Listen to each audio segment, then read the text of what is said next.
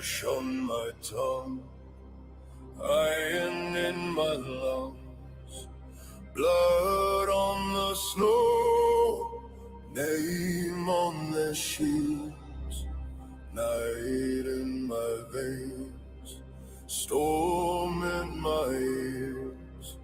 Wolves trace our steps, gods count our kills. You are waiting for Valhalla, I can hear it in your roar. Every scar a burning banner, every heartbeat keeps the door. You are waiting for Valhalla as the crows begin to call.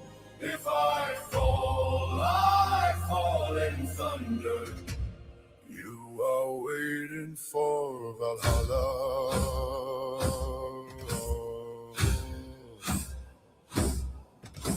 Frost on the oars, wraith like white smoke, eyes on the shore, fire in the dark, both on my tongue, salt on my cloak. If this is the end, let it leave a mark. You are waiting for Valhalla, I can hear it in your roar. Every scar a burning banner, every heartbeat keeps the door. You are waiting for Valhalla as the crows begin to call. If I fall in thunder. You are waiting for Valhalla. If I do not see the morning, carry my name in your mouth. Raise up the horn, pour the glory, let my children hear the shout. Hey! You are waiting for Valhalla, I can hear it in your roar. Hey! Every scar a burning banner, every heartbeat keeps the door. You are waiting for Valhalla as the crows begin to call. If we fall in thunder. You are waiting for Valhalla.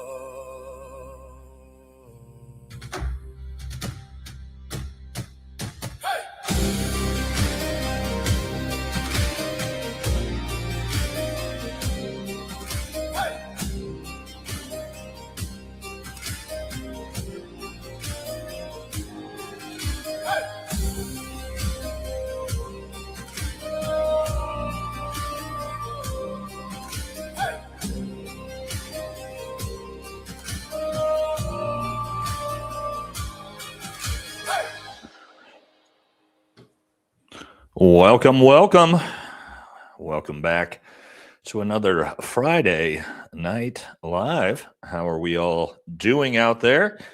We've got a interesting show planned tonight. We've got 3 different subjects that we're going to talk about. All of them work together into really the same story. And of course, there's some pretty big revelations with the Epstein files that have come out this week.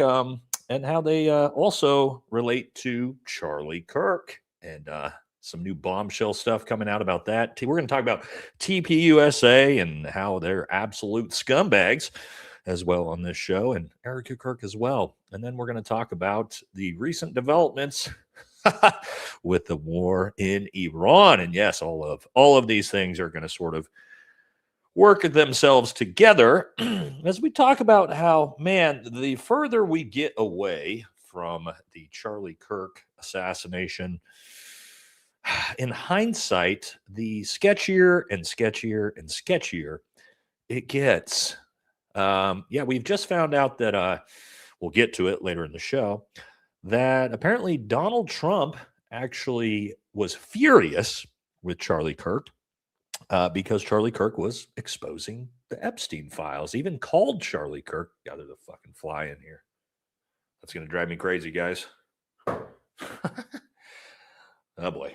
All right. I might have to open this door. Hold on a second, guys. I got to try to get this fly the fuck out of here.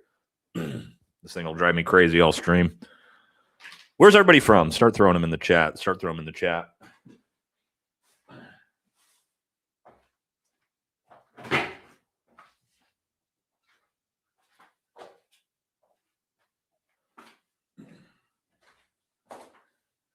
All right. Hopefully this fucking fly leaves the room. It's gonna be a little bit bright while I get the door open for a little bit. See if we can get him out of here. And then anyway, so that's what we're gonna be talking about today. Most likely gonna be joined by Jesse on Fire in a little bit as well. And we're gonna talk all about the developments with what's going on with the Charlie Kirk case, TPUSA, the Epstein files, the Iran war. Should be a good one. Let's see. Tim Kennedy's tuning in from Cuba. Hopefully they're helping win the war before it starts. God bless Tim Kennedy for that. Right? Thailand, huh? Oh, all right.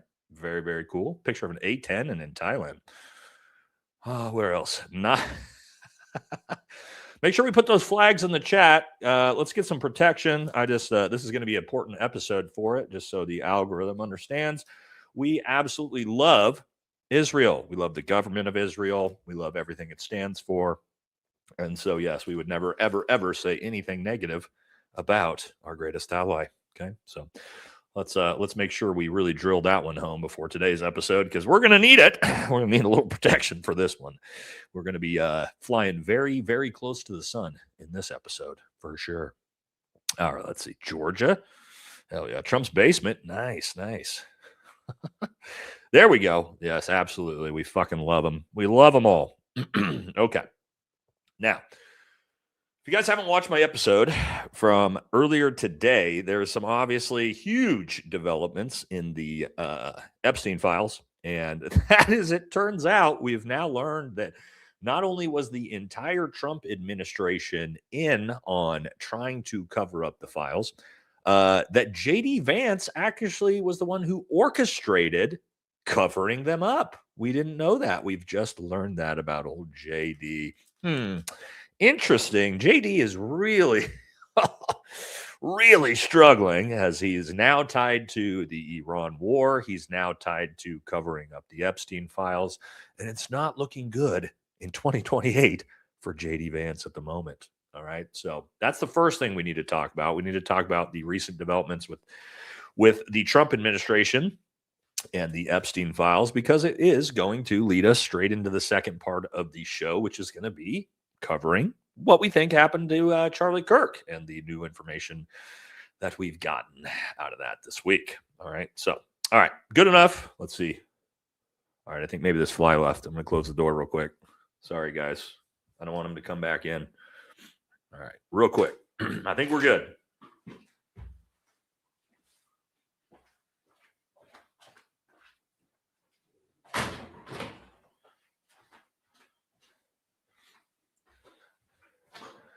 Wait, did I just see him? I'm gonna fucking lose it. All right, whatever. Yeah, the fly's Mossad. We got a Mossad fly in the house, in the studio tonight. I think we're good. Praying to God we're good. Sweet shorts, yeah, thanks. Got my American flag shorts on. Okay.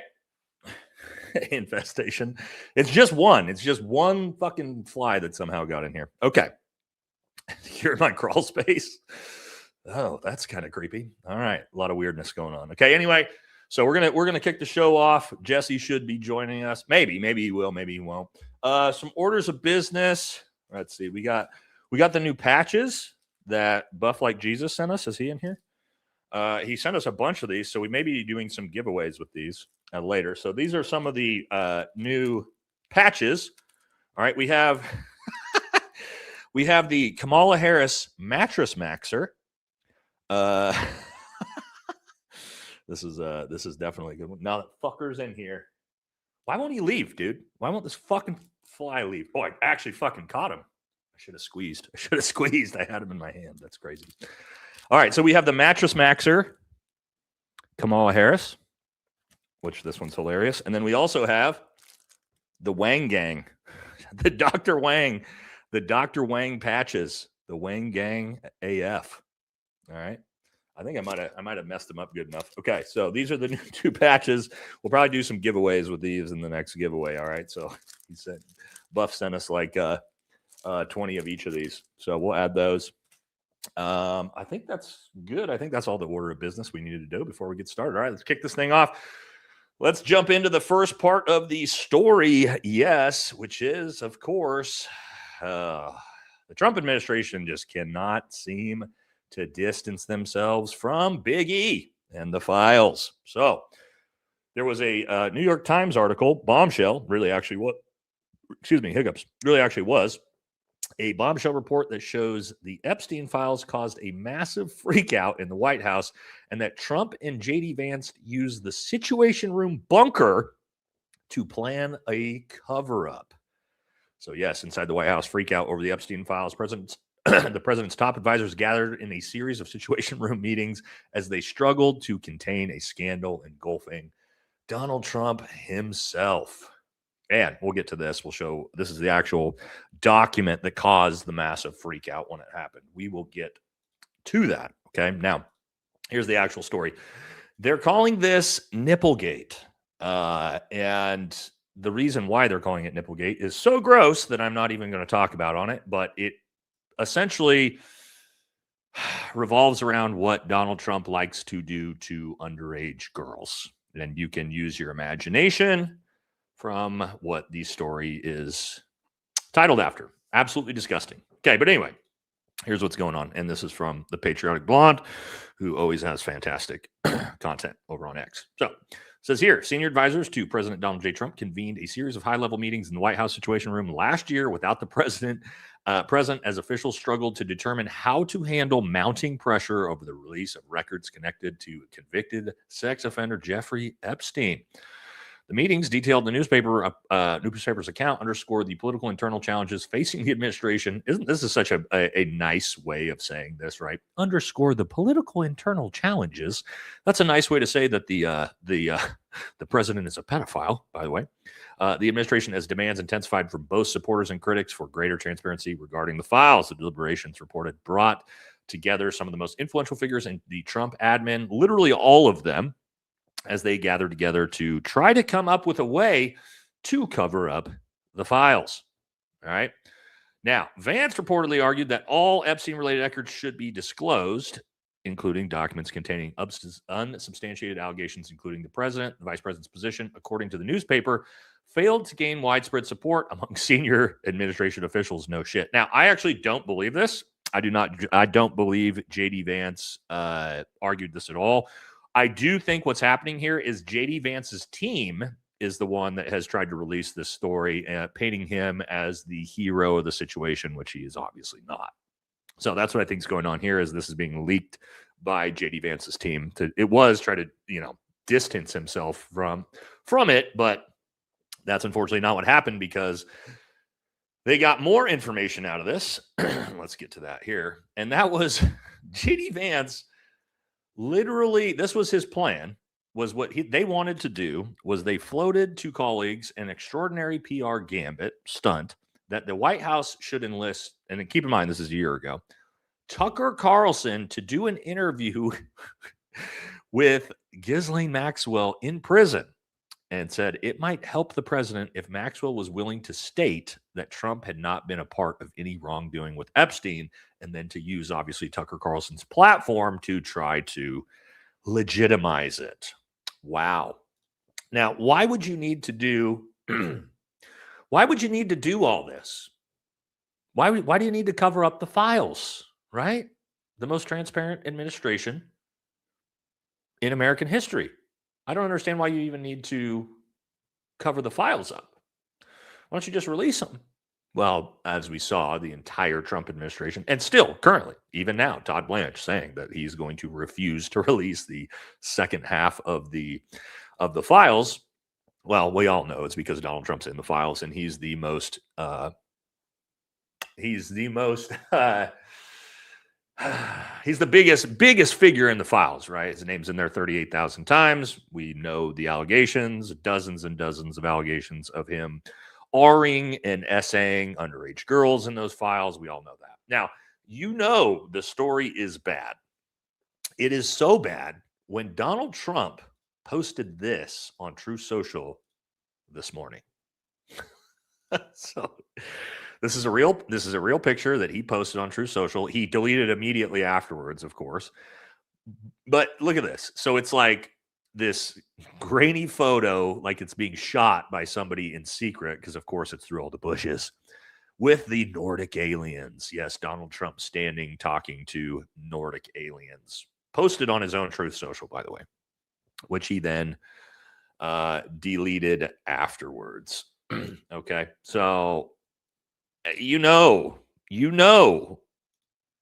the files are bad when Donald Trump is posting fake alien slop pictures of himself with fake aliens on Truth Social. That's how bad it is for everybody right now. Now, let's take a look at the actual document. This is from the files themselves, as you can see down here on the actual EFTA down here. This is what caused the huge clusterfuck at the White House, and that is these. I'm trying to get this. See if I can. It's not going to let me zoom in. No, it's not going to let me zoom in. Hopefully, well, I don't know if you guys could read this, but all right. So essentially, what this says, this is a witness statement that was reported to the FBI back in 2021, I believe. Doesn't mean it's necessarily true. It is a real document, real report, real witness statement to the FBI, obviously, this FBI document. But it says that Donald Trump knew, and then again, this caused a massive meltdown at the White House, like all hands on deck, panic, trying to cover this up because of this. So typically, again, I don't know if it's true, but typically if something is not true, you don't react the way the White House reacted to this. So it says Donald Trump knew and funded underage sex parties at his Mar-a-Lago golf course. And then if we come down here, it says in the recordings, Donald Trump stated, so I'm assuming there's recordings of Donald Trump admitting to this, stated he was aware of maybe he didn't participate, he was just aware of the underage sex parties and charged the house money of the golf course to fund them. And then there's a key witness down here that talks about how Robin Leach, and we've seen these accusations before, apparently strangled a young girl to death. And apparently her body is buried on the golf course. Now, who knows if that's true? I would say they should probably go and check. Because again, seeing the White House freak out about this as much as they did is also pretty sketchy. Yes, we are over on Rumble tonight as well. We are on Rumble. All right. Now, so this is the this is what caused the massive clusterfuck at the White House. So again, maybe this is a fake story. Maybe this is a witness that made it up. But again, pretty odd for the White House to respond the way they did. Okay. Now, so if you haven't watched my, excuse me, we got an entire video on just this subject, so I don't need to repeat the whole thing. Make sure you go watch it after the live stream if you haven't seen it yet. But that can get us into the second part of the story and how the files tie in to the Charlie Kirk assassination. Yes, they actually seem to be melding themselves together. And that is because this bombshell story just dropped, I believe, yesterday. And I believe Candace covered this. We'll get to that in a second. So here's the story that broke yesterday, and that is that Donald Trump reportedly told aides he was unhappy with Charlie Kirk and other influential supporters for alleging a Jeffrey Epstein cover-up and called Charlie Kirk to reprimand him just weeks before Charlie Kirk was killed. Wow, that's fucking sketchy, by the way, knowing that Donald Trump was furious with Charlie Kirk for exposing the Big E files just weeks before his assassination. Doesn't mean they're connected, but there's a lot of other things that start to get very, very sketchy too here, according to the New York Times journalists Maggie Haberman and Jonathan Swan. So That's wild. And then, yes, Candace posted this, and then she posted the article down here. So it's absolutely wild to learn that Donald Trump called Charlie and reprimanded him about his coverage of the Big E files on July 12th, the day after I keep insisting a decision was made to unalive Charlie according to our timeline. I've said over and over, Tucker's speech at SAS caused the psychotic Zionist to begin targeting Charlie. We've kind of seen that. We've seen Charlie Kirk talk about this exact same thing himself out of his own words or out of his own mouth. Also, this absolutely makes my skin crawl about Erica hugging Trump. If this starts to get really gross. The woman is truly despicable. We'll talk about that later. Anything but a legitimate grieving widow. So let's start. Let's think about some things here, because hindsight is important. There's so many things at the time of the Charlie Kirk assassination that we didn't necessarily correlate all these things together. Things that are relevant now, 9-10 months later. Very relevant. One, the war with Iran. We've talked about this before. Charlie Kirk was extremely anti-war with Iran. We've shown all the clips dozens of times on the channel. We don't need to repeat those. Not a secret that so much so that Charlie went into the Oval Office during the first 12-day war with Iran and basically told Donald Trump to fucking end the war. So much so that we know Joe Kent has told us that he was in the White House when Charlie Kirk went and tried to talk Donald Trump out of going to war with Iran. Okay, that's important. And we'll get back to why it's important here in a second. Second one, Thomas Massie. We know Thomas Massie was Charlie Kirk's favorite congressman. Charlie Kirk said it dozens of times himself. Why is that important? Donald Trump hates Thomas Massie. Donald Trump, MAGA, and the Israel lobby, AIPAC, spent $32 million to buy an election, essentially, to make sure Massie wasn't elected. Why? Because Thomas Massie forced the release of the Epstein files. Now, when we also look at this, Charlie Kirk exposing the Epstein files. This is number 3 of things that Donald Trump would have hated Charlie Kirk for. These are things that Donald Trump would have wanted Charlie Kirk silenced for. Because you got to remember, Charlie Kirk was the social media voice of MAGA. Donald Trump can pretend he's the voice of MAGA. That's not true. Charlie Kirk was the actual voice of MAGA, especially the young demographic.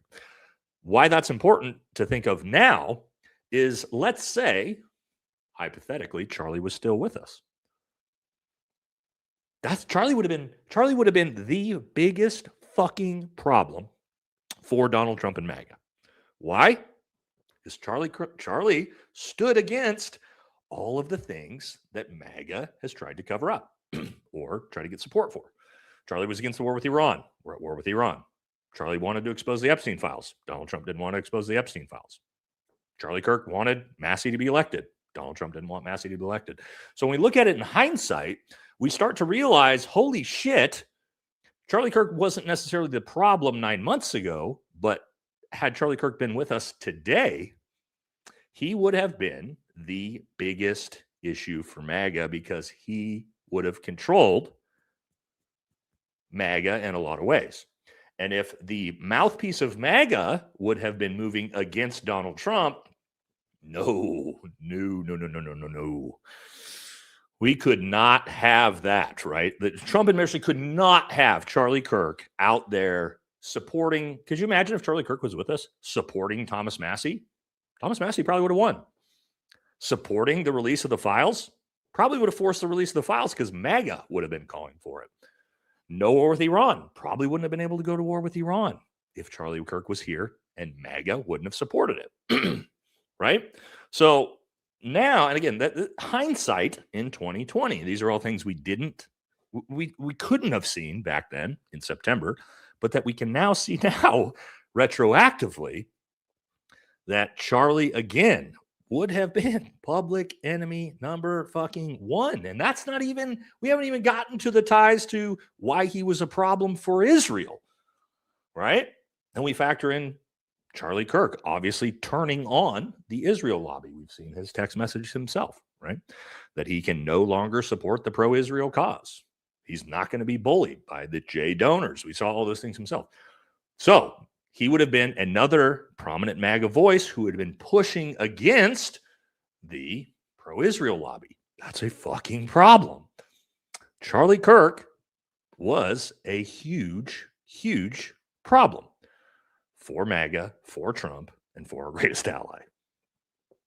That's objectively true, looking at in back and rep. Now, does that mean that causation equals, or correlation equals causation?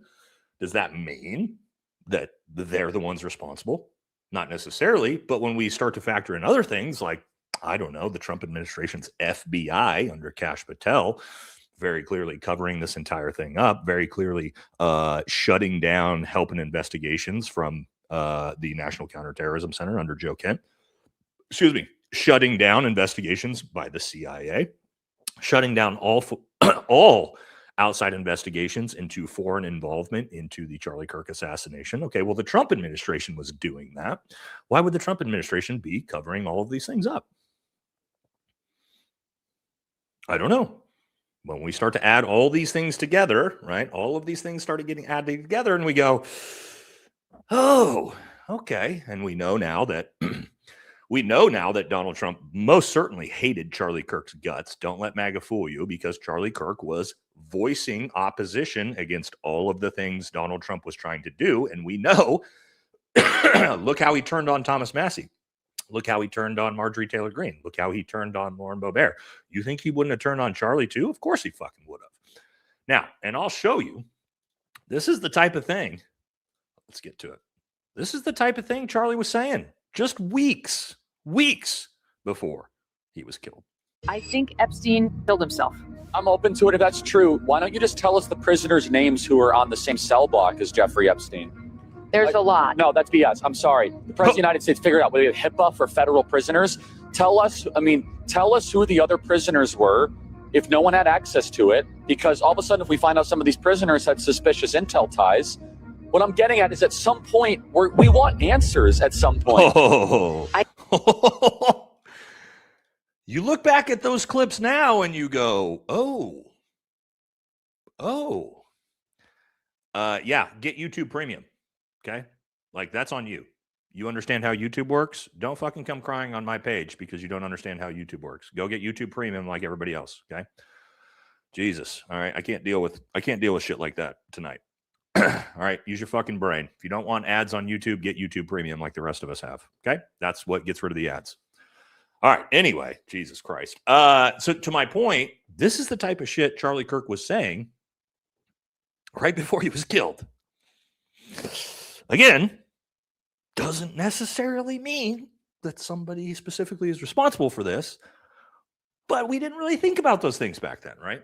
We didn't really think about the fact that Charlie Kirk was talking about things he's not allowed to be talking about. We didn't think about the fact Charlie Kirk was telling the president not to do things that you're not allowed to tell him not to do until we are looking back on it. Now, this is a little sort of a aside to the story, but it's actually important, and that's this clip from Tucker Carlson. And this clip, let me actually unminimize it here. This clip is actually super interesting.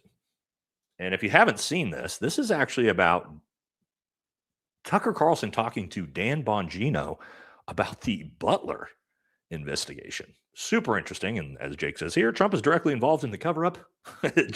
Jake's a little bit more forward than I am in his assertions. But this is actually really, really interesting clip. And it tells us a lot about what was going on in the backside of the Trump administration.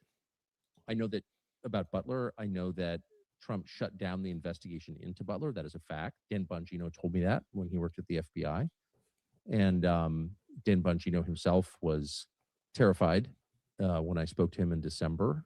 It's such a long, boring story, but basically I came into possession, I beg your pardon, accidentally came into possession of a lot of the social media posts that we were told didn't exist, that were posted by Thomas Crooks in the months and years before the shooting. And I was amazed that the FBI had lied about this. So I called Kash Patel and I later called Dan Bongino, and I says, what is this? I'm not attacking you. It was the previous FBI administration that did this. It was Chris Wray, but what is this? And Dan Bongino became hysterical with me on the phone. I've known Dan a long time, for many years, and always gotten along with him. Whatever his faults, nice guy, certainly very nice to me. I never had a problem with Dan ever. And that problem began when I brought this information to his attention, and he became a different person. He was clearly terrified. I didn't get it at first, but he was hysterical. And ultimately, after a long series of text exchanges, which I still have, and phone conversations, he said, look, take it up with Trump. He's the one who shut down the investigation. And that was, I think, the first or second week of December. I think it was the beginning of the second week of December. I have it written down. But that was the moment, and I realized, oh, wow, there's no good explanation for shutting down an investigation into your own attempted murder. Like, this is not what we've been told it was. So why is this relevant? We know that Donald Trump shut down the investigation in Butler himself. He shut the FBI investigation down. And we know that's true because Tucker Carlson, one, he's not going to lie because he's saying Dan Bongino told me this, and I have fucking his text messages saying exactly this. You don't say that unless you have the actual receipts, right? Because then Dan Bongino can just, the cuck that he is going to come out and say, I never fucking said that. But of course he's not going to. So we know that's actually true.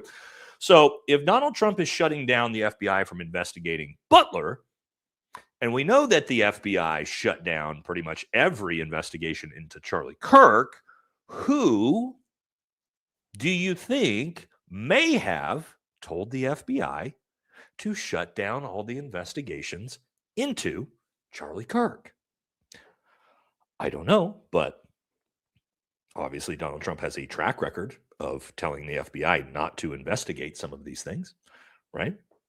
So again, all of these things individually, are they by themselves proof of anything? No. But yeah, somebody just said there's a pattern. We start to have a really, really, really extensive pattern that's starting to build. It's starting to make it seem like the official narrative of the FBI that it was a deranged leftist transferee lunatic that took out Charlie Kirk doesn't really fit the bill here. It seems like there's something else going on, right? Again, don't know exactly for sure, but there's a lot. Now, we're going to talk about next Turning Point USA and their involvement because, man, they have rewritten everything Charlie Kirk's believed in. They've rewritten his stance on the Epstein files. We're going to look at that. He's rewritten his stance on Thomas Massie. We're going to look at that. They've rewritten his stance on Israel. We're going to look at that. They've rewritten his stance on the Iran war, pretty much to the polar opposite, right? So everything that Charlie believed, they are now stating Charlie actually believed the opposite of that. And he told them all these things in private conversations, right? Private conversations. Now we're going to get into that next. So let's hit some of the super chats and see where we're at with this.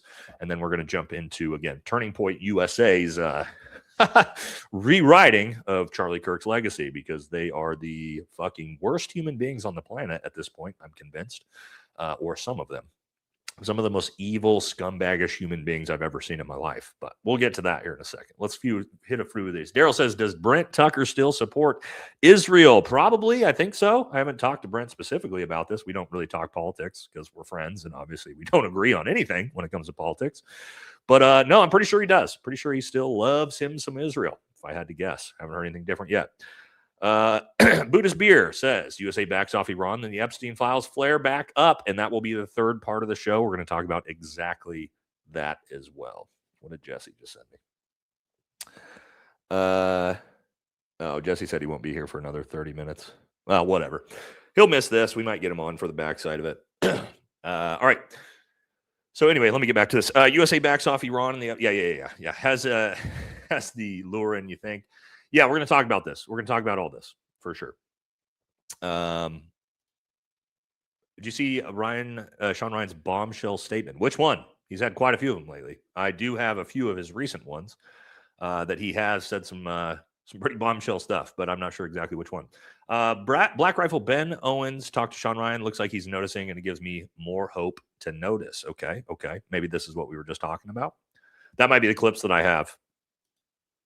Anyway, we'll take a look. Rachel, big $50 donations. Thank you so much. Very, very generous. Says, please submit public comments to the FCC's proposal to ban burner phones. The FCC claims it has to stop robocalls. They should just ban data brokers in addition to victims and stalking abuse like me. The Defense Department just stated they need burner phones. Now, why does the Defense Department need burner phones? Well, we know that because the Pentagon came out and admitted it. The reason why the State Department and the Pentagon need burner phones is because there is such a massive problem with Israel spying on our officials at the Pentagon and at the State Department. The Pentagon came out and said that themselves. So my suggestion is, rather than the burner phones, how about you kick everybody the fuck out of the Pentagon that's Israeli? How about you kick everybody the fuck out of the State Department that's Israeli? Then you don't got to worry about them fucking spying on your people anymore. That's just a thought rather than investing in burner phones. Maybe just don't fucking let them in the building because they're such a fucking problem. Again, the Pentagon, keep in mind, the Pentagon, I'm just saying what the Pentagon said. This is not my opinion. The Pentagon reports just put this out this week, right? The Pentagon said this. The Pentagon just said that Israel's intelligence is the number one intelligence threat to the United States. That was from the Pentagon.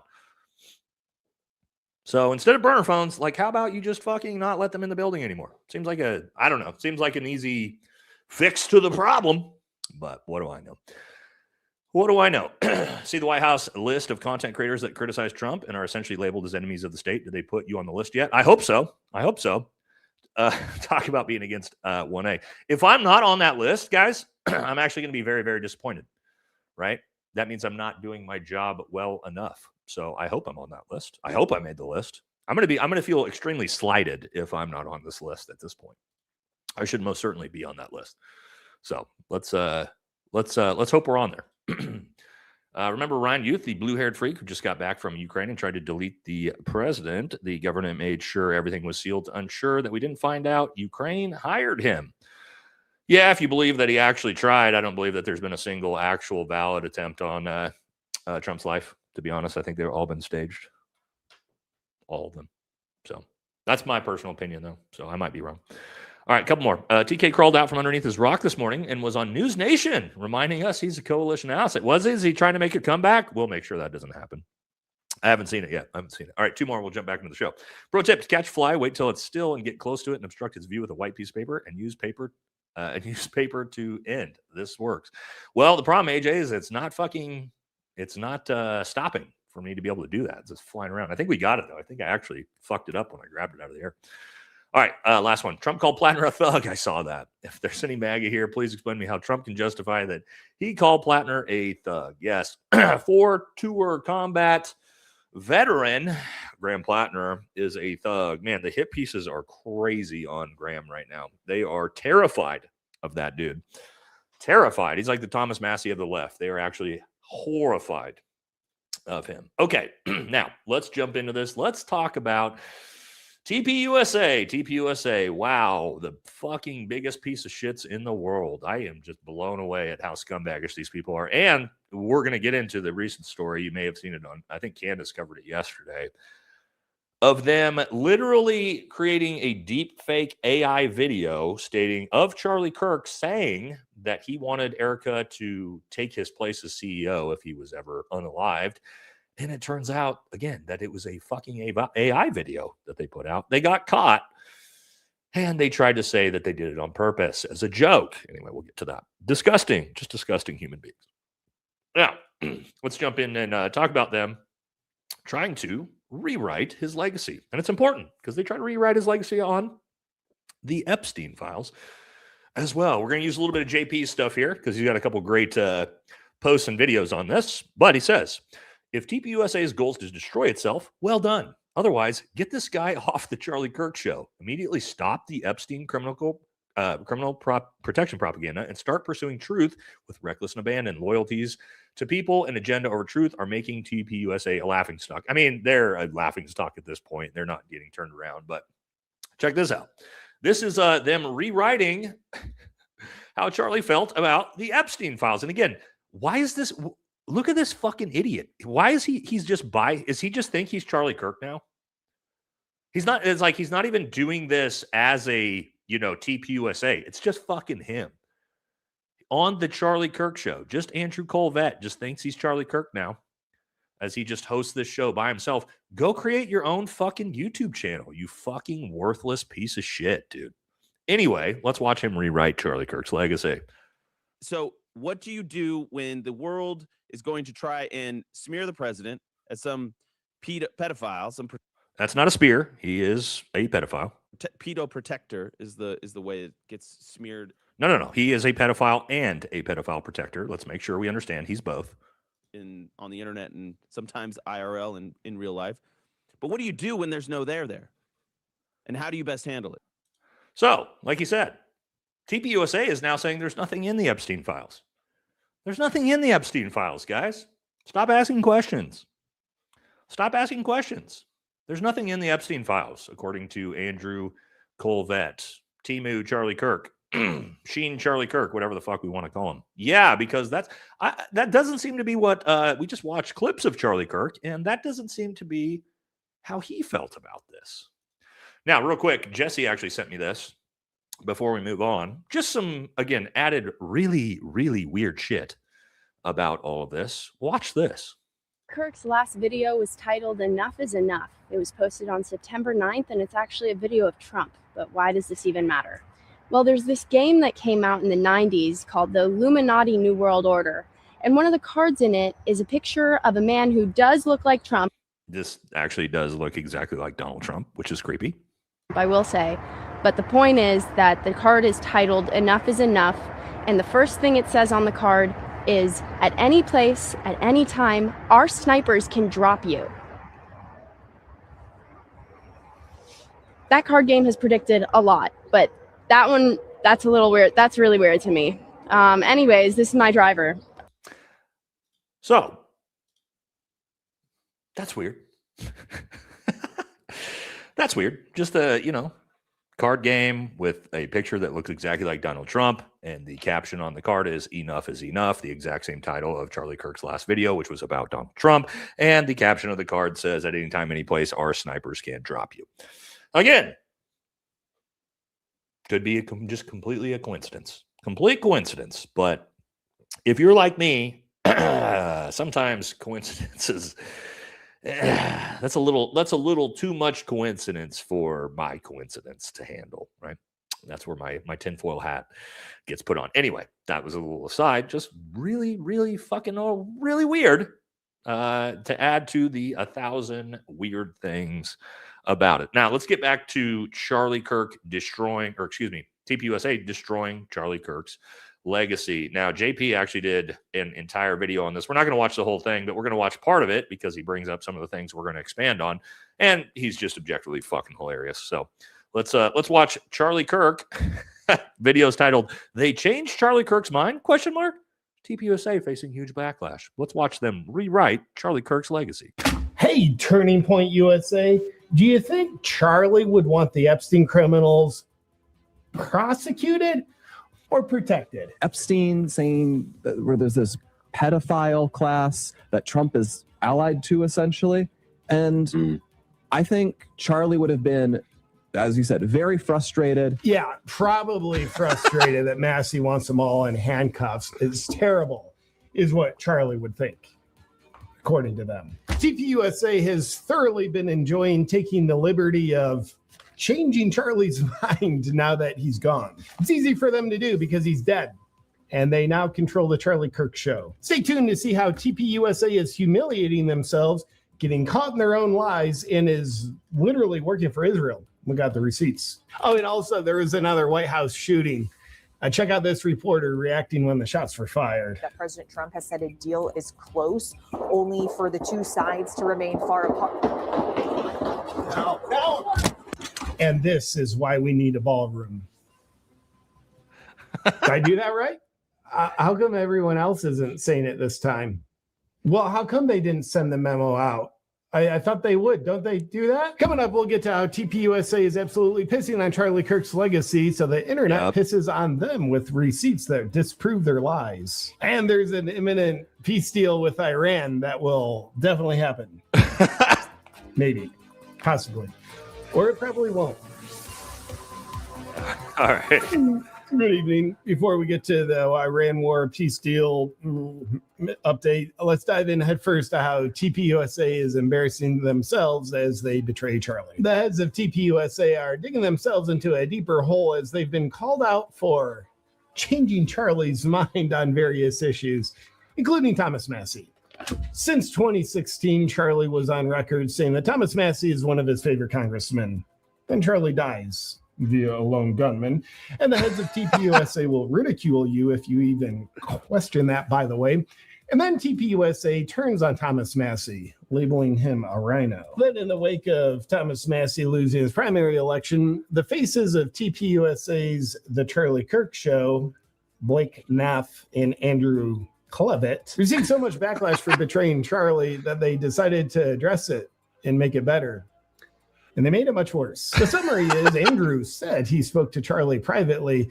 Charlie was upset that Massie voted against Trump's big, beautiful bill, implying Charlie wouldn't like Massie anymore. And Blake claims that Charlie would be angry that Massie has been working to expose the Epstein class. Take a look. I've been accused, I think the organization's been accused, Eric has been accused of betraying Charlie. Yep. Those are the exact accusations. Charlie was a fan of Thomas Massie, especially historically, liked him on war, liked him on being a budget hawk and spending. But he was pretty frustrated that Massie didn't vote on in the affirmative on the big, beautiful bill. So why don't we just take Clevitt's word for it? Charlie was frustrated with Massie and therefore wouldn't support him today. And you should take Clevitt's word for it because he's honest. And we'll get to how honest he is in a minute. But first, over to the equally charismatic list co-host, Blake. Now, Blake, we're playing your game of if Charlie were hypothetically alive, what else would Charlie be frustrated with Massie about? On Epstein saying that where there's this pedophile class that Trump is allied to, essentially. And I think Charlie would have been, as you said, very frustrated. Why, yes, it is ridiculous to think that Trump actively covering for Epstein pedophiles is some kind of pedophile class that he's allied to. None of that Epstein stuff is real. Charlie very likely would have been frustrated about it. More on that. Let's ask Charlie. Epstein was a creation of There we either go. Mossad, Israeli intelligence, American intelligence, Saudi intelligence, or maybe he was just a hired gun. Maybe he was just the guy that countries would go to and park a couple $100 million and say, hey, can you get one of the members of the royal family with a 13-year-old so we can get them to do what we want to do? Yes, TPUSA, it just seems like Charlie didn't think there was any criminal activity in the Epstein files and therefore would have been just very frustrated with Massie for thinking there was. But All right. Oh, we got a MAGA cuck. We got a butthurt MAGA cuck in the chat. Look at this guy. Broadcast Network. You can't only for retards. Have fun being miserable. I love how he's complaining about exposing pedophiles because there's nothing that MAGA loves more than supporting child molesters. So yes, here's a little chomo here from Broadcast Network. Make sure you guys understand this guy is most likely 100% chance an actual pedophile himself. And so make sure you don't follow this pedophile and anything that he's doing. Okay, good to know. Again, MAGA cucks, they love their pedophiles, don't they? Man, isn't that bizarre? How did we get here where MAGA is literally just the party of closeted homosexual pedophiles, right? Like that's it. I guess there is Fox News boomers, closeted homosexual pedophiles. That is MAGA. So yes, fantastic. That's what we got here. Yes, the Chomo alert. We got Chomo alerts in the chat. Unfortunate. Okay. Anyway, yeah. Well, it is what it is, man. I'd rather him punching air than molesting kids because it seems like that's their main focus lately. Okay. Anyway, now we're gonna expand on that and dive more deeply into again all of the things that JP just covered regarding TPUSA. And they're destroying of Charlie Kirk's legacy. Now, before we do that, we're going to take a quick 2-minute break. Let me pay the bills. We will be back in 120 seconds. All right, 120 seconds. Stand by, and we will be right back.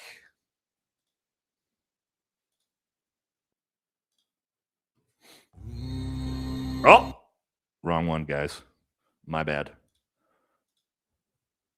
Americans love sushi. Over the last 2 decades, raw fish consumption has exploded. Sushi bars are everywhere. Grocery stores and gas stations sell it. Millions of people now eat raw fish weekly, but there's a hidden risk most people never think about. Parasites. Salmon is one of the most popular fish worldwide, but it contains more than 70 parasites. Most are tiny and nearly impossible to see, and they're making their way into your body. This is why many physicians are raising awareness about parasite exposure.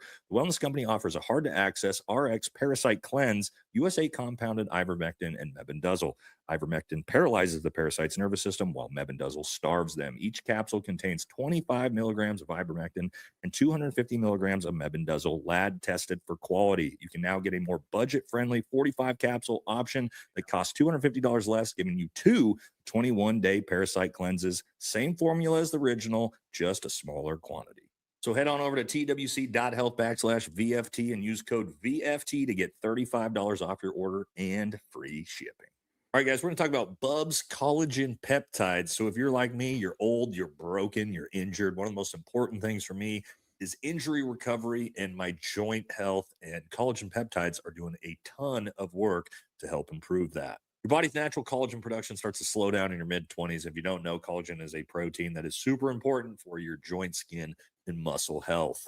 That's where Bubs comes in. Bubs helps restore collagen levels closer to what your body naturally had in its youth. This means that your joints, muscles, and skin are all getting the proteins they need to stay healthy, and your body can continue to perform at its best. Since I started taking Bubs collagen peptides, I'm looking and feeling like I'm in my 20s again. And coming out of a career in Army Special Forces, you guys can see I am very, very beat up. So anything that can help me with my joint stiffness, my mobility, and give me faster recovery to my workouts, I'm going to take every advantage I can get. And guys, it's also going to do things like make your skin and hair look a lot healthier as well. You guys, something we always support on this channel, Bubs is actually named after Navy SEAL Glenn Bub Doherty, who was killed in action in Benghazi. And on top of all that, Bubs donates 10% of all proceeds to Glenn's charity. So head on over to bubsnaturals.com, and if you use my code VFT, you will get 20% off of your order as well.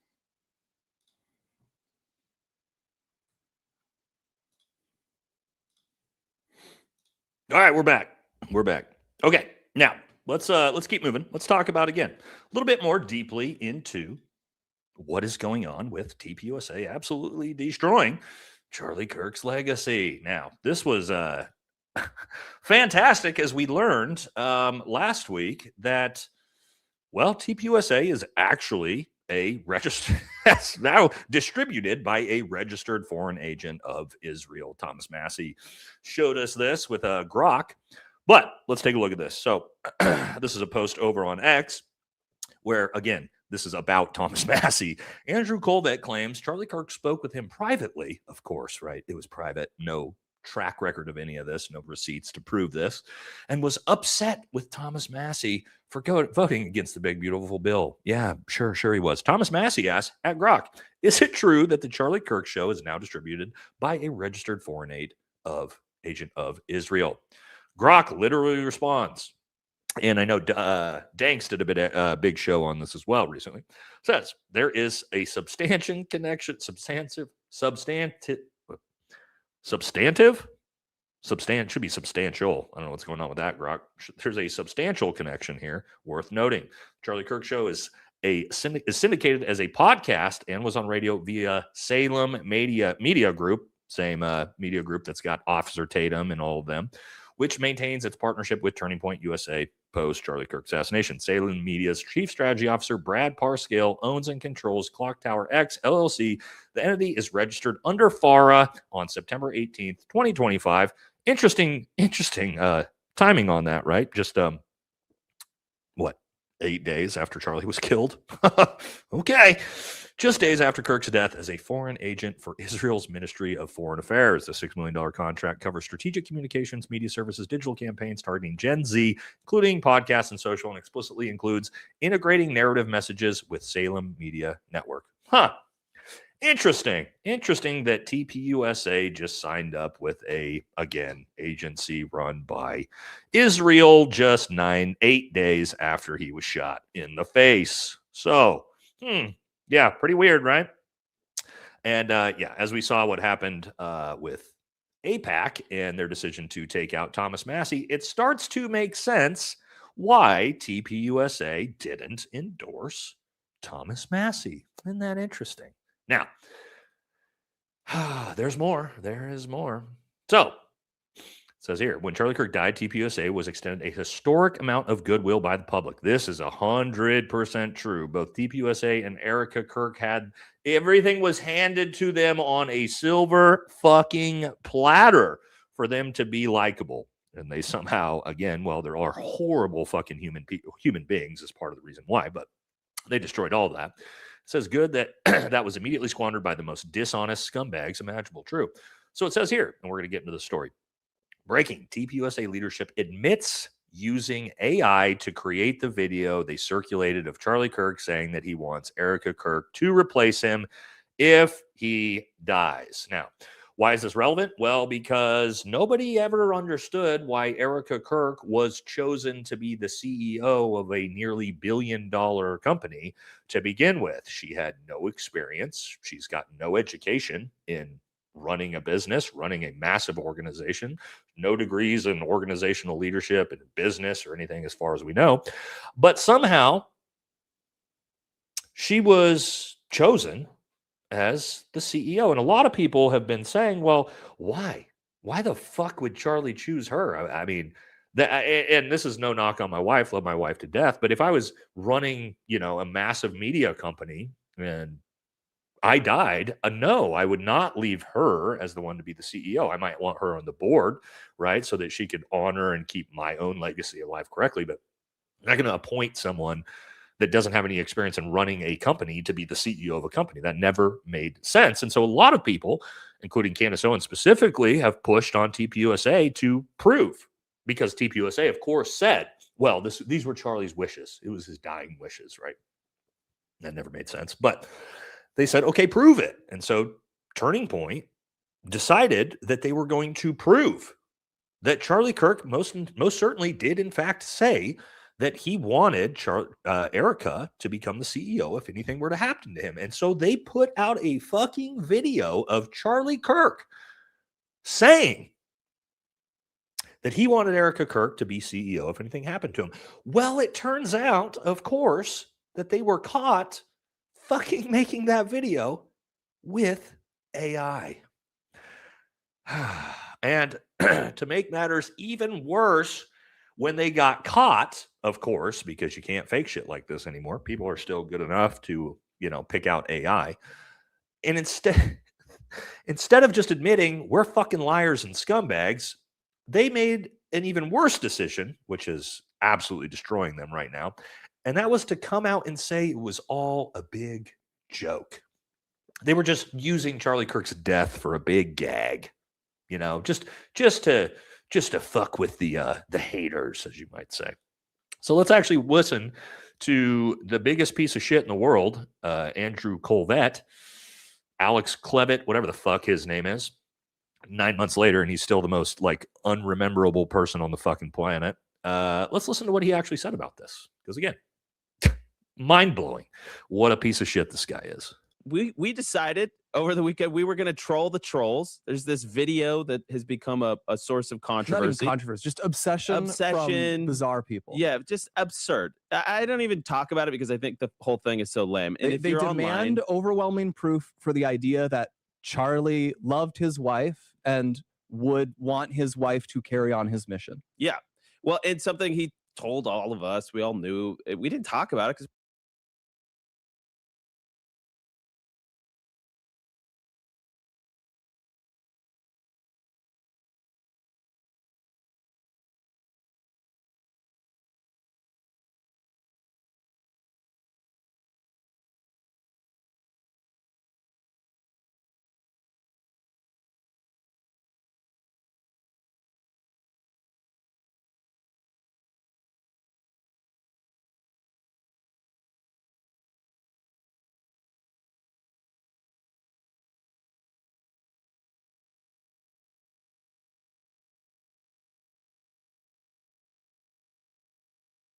We thought Charlie was going to be with us for another 50 plus years. But like we all knew, the board knew this was the plan.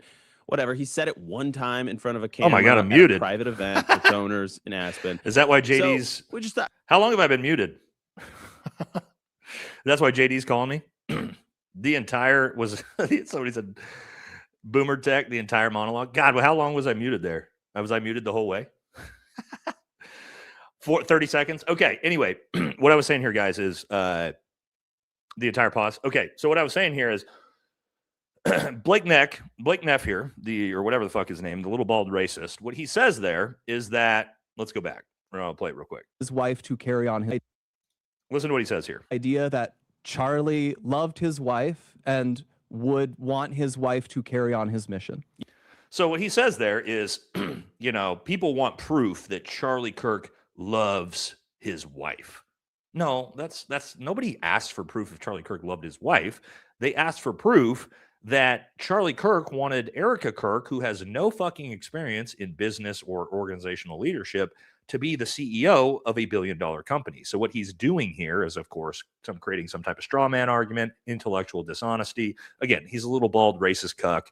We know that about him. But again, they know what they're fucking doing here, but that is not what anybody has tried to criticize. But again, this is the grieving widow defense, right? Why would you like Charlie? He doesn't need proof that he loved his wife. That's not what anybody's saying. They want proof that she was actually chosen, because a lot of people think that she's fucking involved in this whole thing. And given the way that she's completely shit on Charlie Kirk, her own husband's legacy afterwards, there's a lot to it. But anyway, let's keep going and see their excuse for why they decided to create these AI videos. yeah. Well, it's something he told all of us. We all knew. We didn't talk about it because we thought Charlie was going to be with us for another 50 plus years. But like we all knew, the board knew this was the plan. Whatever. He said it one time. And so if this is true, it would be in his will. So it's nice that you say everybody knew, we all knew. That's not how, when people die, that's not how things work. If Charlie Kirk wanted Erica Kirk to be the CEO of his company, he would have left that in his will. Not just little hearsay. We promise. But again, let's keep moving. in front of a camera at a private event with donors in Aspen. So we figured we'd troll the trolls, and you get a little taste of it here. The most important relationship in your life is the one that you have with your Lord and Savior, Jesus Christ. His passion was my passion, and now his mission is my mission. I appoint my wife to run Turning Point USA if something happens to me. Erica. Let's go back to that. Jesse just got in here, by the way, guys. I'm showing him the Jess. I'm showing him the TPUSA's their excuse for why they decided to create these AI videos of Charlie Kirk saying that he wanted Erica to be CEO. It's one of the weirdest things ever. Yeah. That's again, this is the AI, guys. They created this. The one that you have with your Lord and Savior, Jesus Christ. His passion was my passion, and now his mission is my mission. I appoint my wife to run Turning Point USA if something happens to me. Erica would do a great job. All right, so that's the clip. Thank you, studio, for bailing me out there. But then, so we knew that it was going to be like, oh, it's AI or it's fake or whatever this, because that's what they do. They always move the goalposts here, and that's why it's a sucker's game to even play this. But it was really fun to be able to troll the trolls, stuff it in their face, and then watch them predictably melt down when the evidence was shown. They instantly claimed. But Jesse, nobody melted down to this. Everybody just went, "What are you doing?" Whoa. Sorry, my computer's going crazy. Dude, yeah, no one melted down. And yeah, I'm so confused. Like, what's the troll? I don't understand. Well, obviously though, that's not a very obvious troll video. They tried to make that look as real as possible. Yeah. Right. That wasn't like an obvious joke trolling. And also using Charlie Kirk, his death and his assassination, and like making a big joke out of it. Like, I don't know. I'm not sure what they were. To me, I mean, I think we can assume that they tried to create this in a way that proves what they've been saying, and they got caught. That's what I think. Right. And so it's like, oh, now we gotta say that we were just trolling. It's like, you're a Christian evangelical organization and you think that's funny? Like it would if you want to do a troll, you do the AI version of it. You put it out, you let everyone go crazy, and then you come over the top with the same one. And then immediately afterwards, it's like Charlie's, I appoint my wife, Erica Kirk, to run TPUSA. And fuck all of you guys. Yada, like the same exact, like they just cut it off right before, and they're like, got you. But like, well, I don't even like, what's the joke? I don't understand. Like, I fundamentally don't understand what they're even like, what's the troll? Well, I mean, right before you got, I don't know when you got on exactly, but we were talking about, a lot of people have had this question. Obviously, Candace has pushed it a lot of criticism of why did you choose Erica Kirk to be the CEO of a $1 billion fucking company when she has no business experience? She has no organizational leadership experience. She's got essentially no resume whatsoever. And you're going to appoint her the CEO of a massive, massive organization.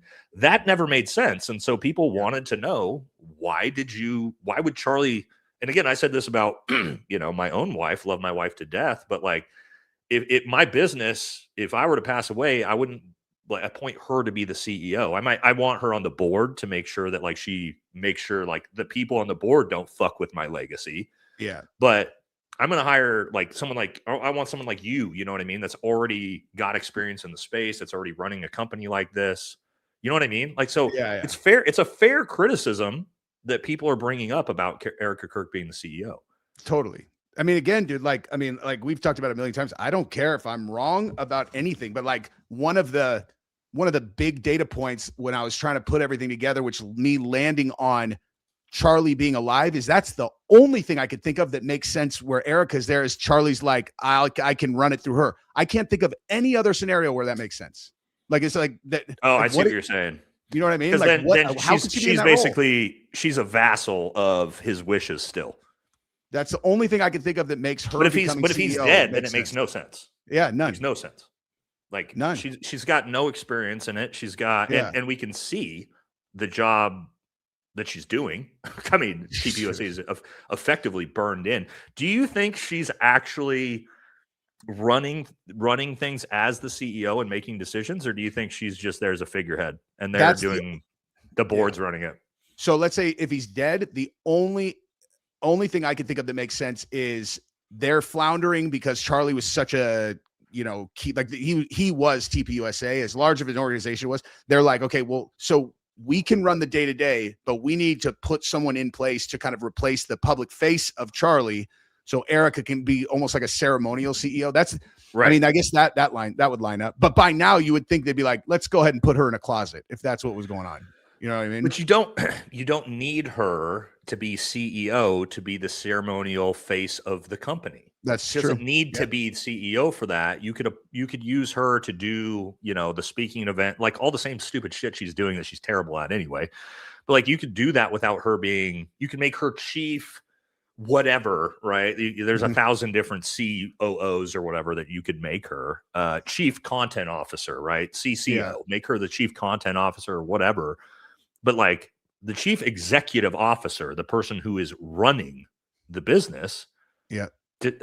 I can't believe that she's running the business because she didn't know, you run a business. I run a business. For everybody who runs businesses, this is not just like, hey, I've never done this before. Let me just jump in here and figure it out. When you're the CEO of a $1 billion company, that's not how anything works. Not at all. Yeah. That's the thing too, is like, I mean, there's a life cycle in companies that from like ground level to where they get to a place. And like, that's where I would actually say a company has made it, is when the CEO founder could disappear and it will continue to run on its own. Cause like the company that I founded in like, I did a software company that, I knew for sure it never got past where if I vanished that it would have run on its own.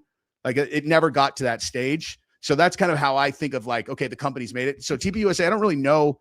It probably was past that stage by a long shot. You see that so many different, TP Faith, TP whatever. There's like all these different organizations. But I mean, Charlie was clearly a massive part of all of it. So yeah. Well, imagine how complicated all of that was. And they just throw her in there. Right. But I mean, to your point there, I agree with you that like TPUSA should have been to the point where not having Charlie shouldn't have mattered, but that didn't turn out to be the case because we can see the organization is completely burned in, losing him. Now, I do think part of that is because they have gone against everything the dude stood for and believed in. Yeah. And like, it's no secret that Charlie Kirk was doing. I mean, I'd go back and look at his videos right before he was killed. He was doing anywhere from like 600,000 to 2 million views a video. Oh yeah. Just like Candace, just like Tucker, every video. TPUSA now is doing 3,000 to 5,000 views a video. Is that right? That's like, have you not looked at their YouTube channel? Oh, let's pull this thing. It's so bad that it doesn't even seem real. It doesn't seem possible that you could burn a channel in this hard. But I'll pull this up right now and we'll just look at view numbers. I mean, it's the same as like, I mean, imagine if you were like, hey guys, I'm going to take a break. And for a year, you just put some rando dude and it was like Valhalla V like LT. So like, look at these, bro, look at these view numbers. Let's not do the first like couple hours here, right? Let's go to a day ago, 7,000, 5,000, 7,000, 4,000, 2 days ago, 4,000 views, 3,000 views. 12,000, like a big video is 12,000 views, 3.3 thousand views. Look at this. I mean, Charlie chose Erica, and that one only had 14,000 views. Like this has they have 6 million subs, dude. Yeah, 6 million subs, and they're averaging 5,000 views a video. Yeah, that is historic destruction of. I mean, Ben Shapiro. That's like we make fun of Ben Shapiro for losing 90% of his audience. Yeah, he's still doing 10x what they're doing. They've lost 99.9% of their views. Yeah. And I mean, that's the thing. Is like, go ahead. No, I was just going to say it's the channels themselves are so driven by the people who are on camera. And because that's just what makes them watchable. But if you take the main talent off the board and then also, put a lot of kind of like building negative energy in the direction of the brand, I mean, it's just going to murder their channels. Yeah. It'd be like for me, if you replaced me with somebody who had no on-screen talent and was just like hardcore pro MAGA, pro Israel, like anti-veteran, and you're just like, all right, here you go. And then my audience would be like, no. And somebody who had been caught for like stealing valor too, like a stolen valor. Yeah, someone got caught stealing valor. Yeah. You're just like, I don't know if this is gonna pan out, So I did. You got on just a little bit. You got on a little bit late. We had already moved past some of the stuff, but I do want to get your take on this, which is also the big story that's come out, and that is finding out that Donald Trump was obviously furious with Charlie Kirk, called him to spank his pee-pee and reprimand him for him exposing what was going on with the Epstein files. God, man. And Candace covered this too. It's yesterday. Just egregious, man.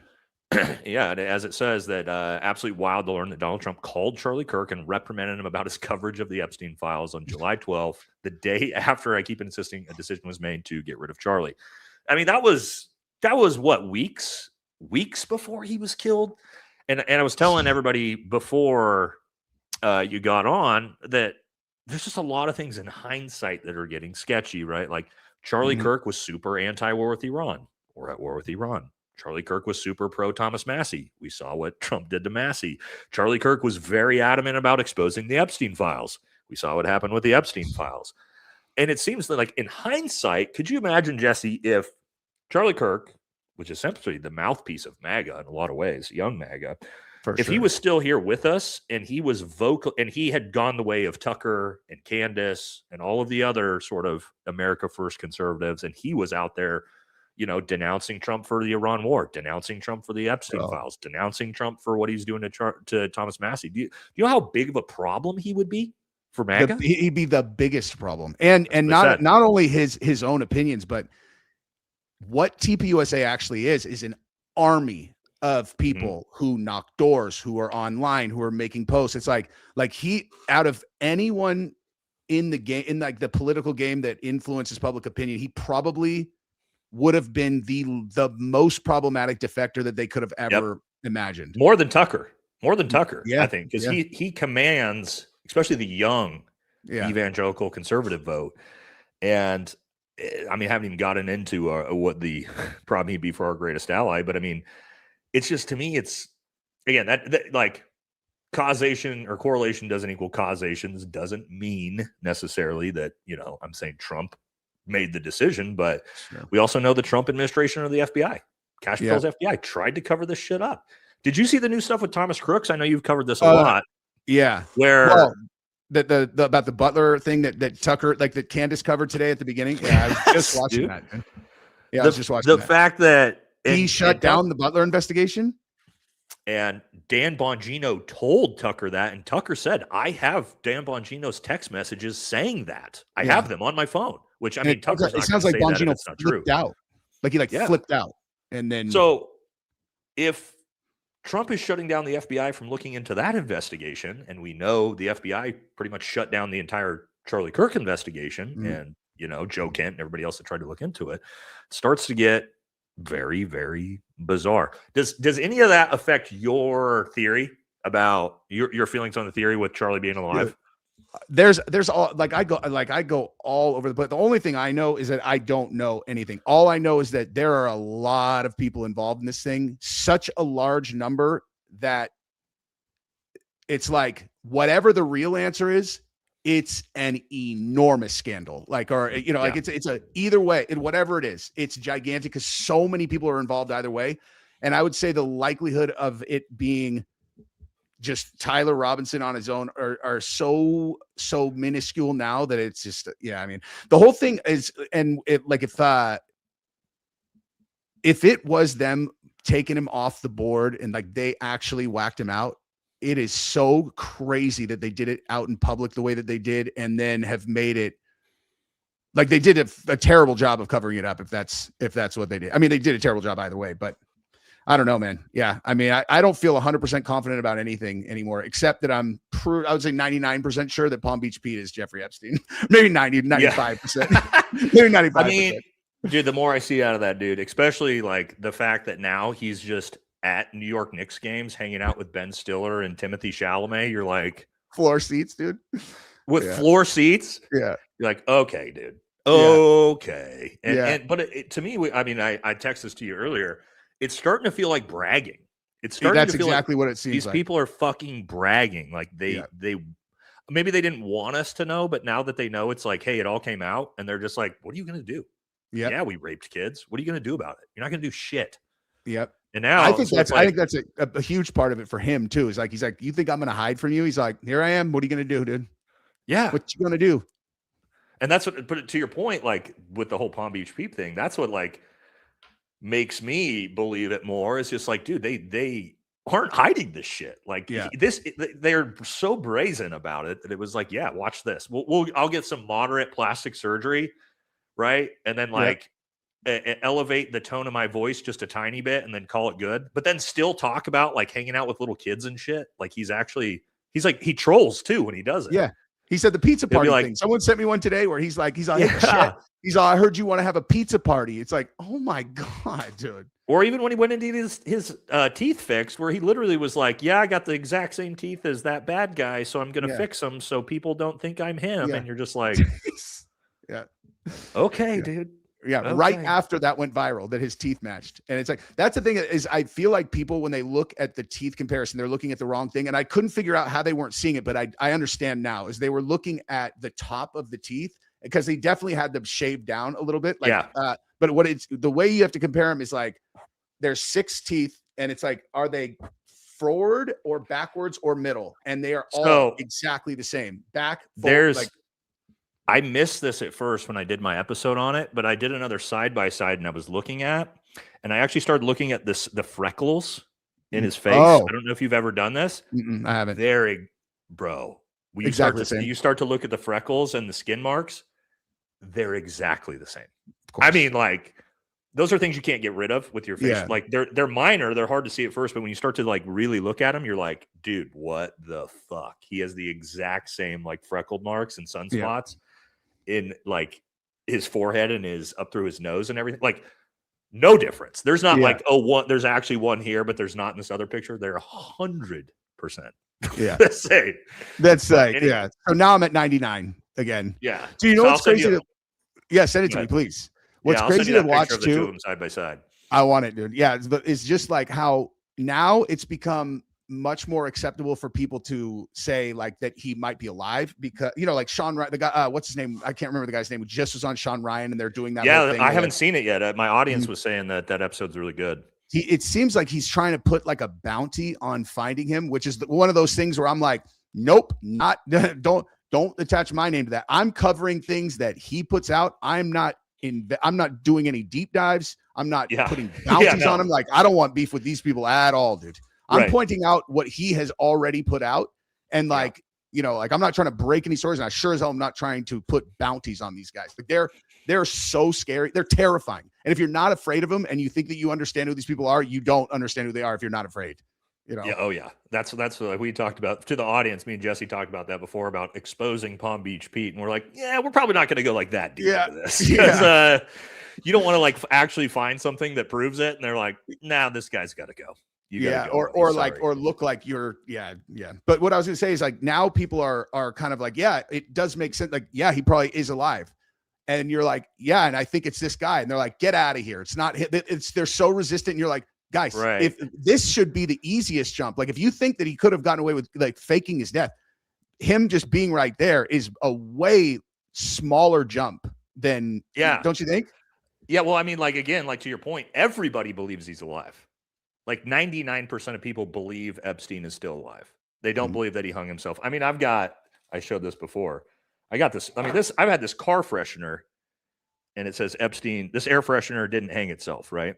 Like I've had this since 2020, dude, in my car, right? Like nobody's believed this since it happened. But to your point, it's like that nobody believes that he's dead, but when you show his literal twin that sounds exactly like him with the same teeth and the same everything, literally in Palm Beach and is rich and is like literally hanging out at Mar-a-Lago, people are like, nah, there's no way. And you're Can't like, be. Yeah. I don't know. Like he's taking pictures from like Epstein's beach house, like the exact same pictures that Epstein took. Yeah, and you're just like, all right, whatever. Yeah. Now, hey, okay, let's get back over to TPUSA. I don't need to know if you've seen this, but the UFC posted. You probably have seen this. The ring girls' outfits. Did you see? Oh this? no, I have not seen that. No. So the UFC posted what the ring girl outfits are going to be. Let me pull these up here. And a lot of people are like, for one, okay, whatever, man. Let's see if I can zoom these in. They're ugly. They look like shit. It is what it is. Who cares? Like, I don't care about the ring girl outfits, right? Yeah. But a lot of people are like, why the fuck is Turning Point posting pictures of women in like mini skirted sexual outfits with their tits out? Yeah. When then it's down here, Charlie Kirk, my message to young women, it is unspeakably unattractive to brag about how many men you've slept with. Be a godly woman who is willing to submit to your husband, who is likewise willing to submit to Almighty God. Dress modestly. Stop plastering your body all over social media. Yeah. And then Turning Point USA is posting this shit.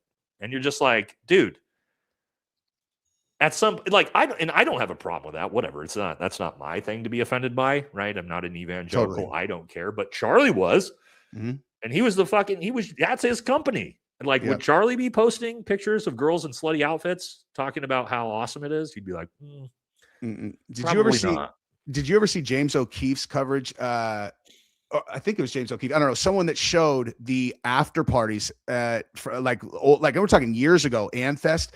And they had like a girl in a big shot glass who's like dancing around with an American flag and she's like half stripping. And I'm like, wait, what? Yeah. I'm like, that's weird to me. Like that's bordering on like weird, almost like behind the scenes Pizzagate shit. Obviously not that level, but I'm like, that's so egregious in terms of what this is supposed to be front facing versus what they're doing behind. Like that's weird to me, especially the flag, really, on a like wrapping the flag around a stripper chick in a shot glass.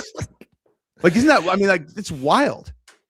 I mean, again, like, not something I care about. Like, you know, no, me neither. I don't want to see my daughter doing that. But like, at the same time, I'm not running an evangelical Christian nonprofit. Exactly. Yeah. You know, so like, you know, I'm a fucking retard covered in tattoos. So people would expect that from me. But, you know, now I know you've seen this, but I don't know if all the audience has seen it. And so I want to show I want to show this as we're talking about the Epstein connection. Oh. So if you guys haven't seen this, this is Erica Kirk again. I don't know, another speaking event, and she got heckled pretty brutally. Let's take a watch. To remember that happiness comes and goes. It is so fleeting, but the joy of the Lord withstands all. Her face.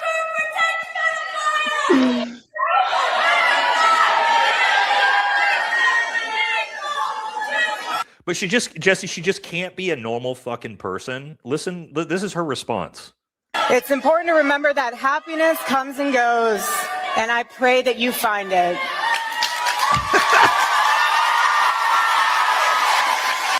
It's like, dude, why you can't just laugh that off? She gets a scowl. She gets the Erica Kirk scowl. It's important that happiness comes and goes, and I hope you find it, to that evil woman that's heckling her. And it's just like, this is what makes you so unlikable, you know? Like, you got to be able to laugh shit like that off when you're getting heckled.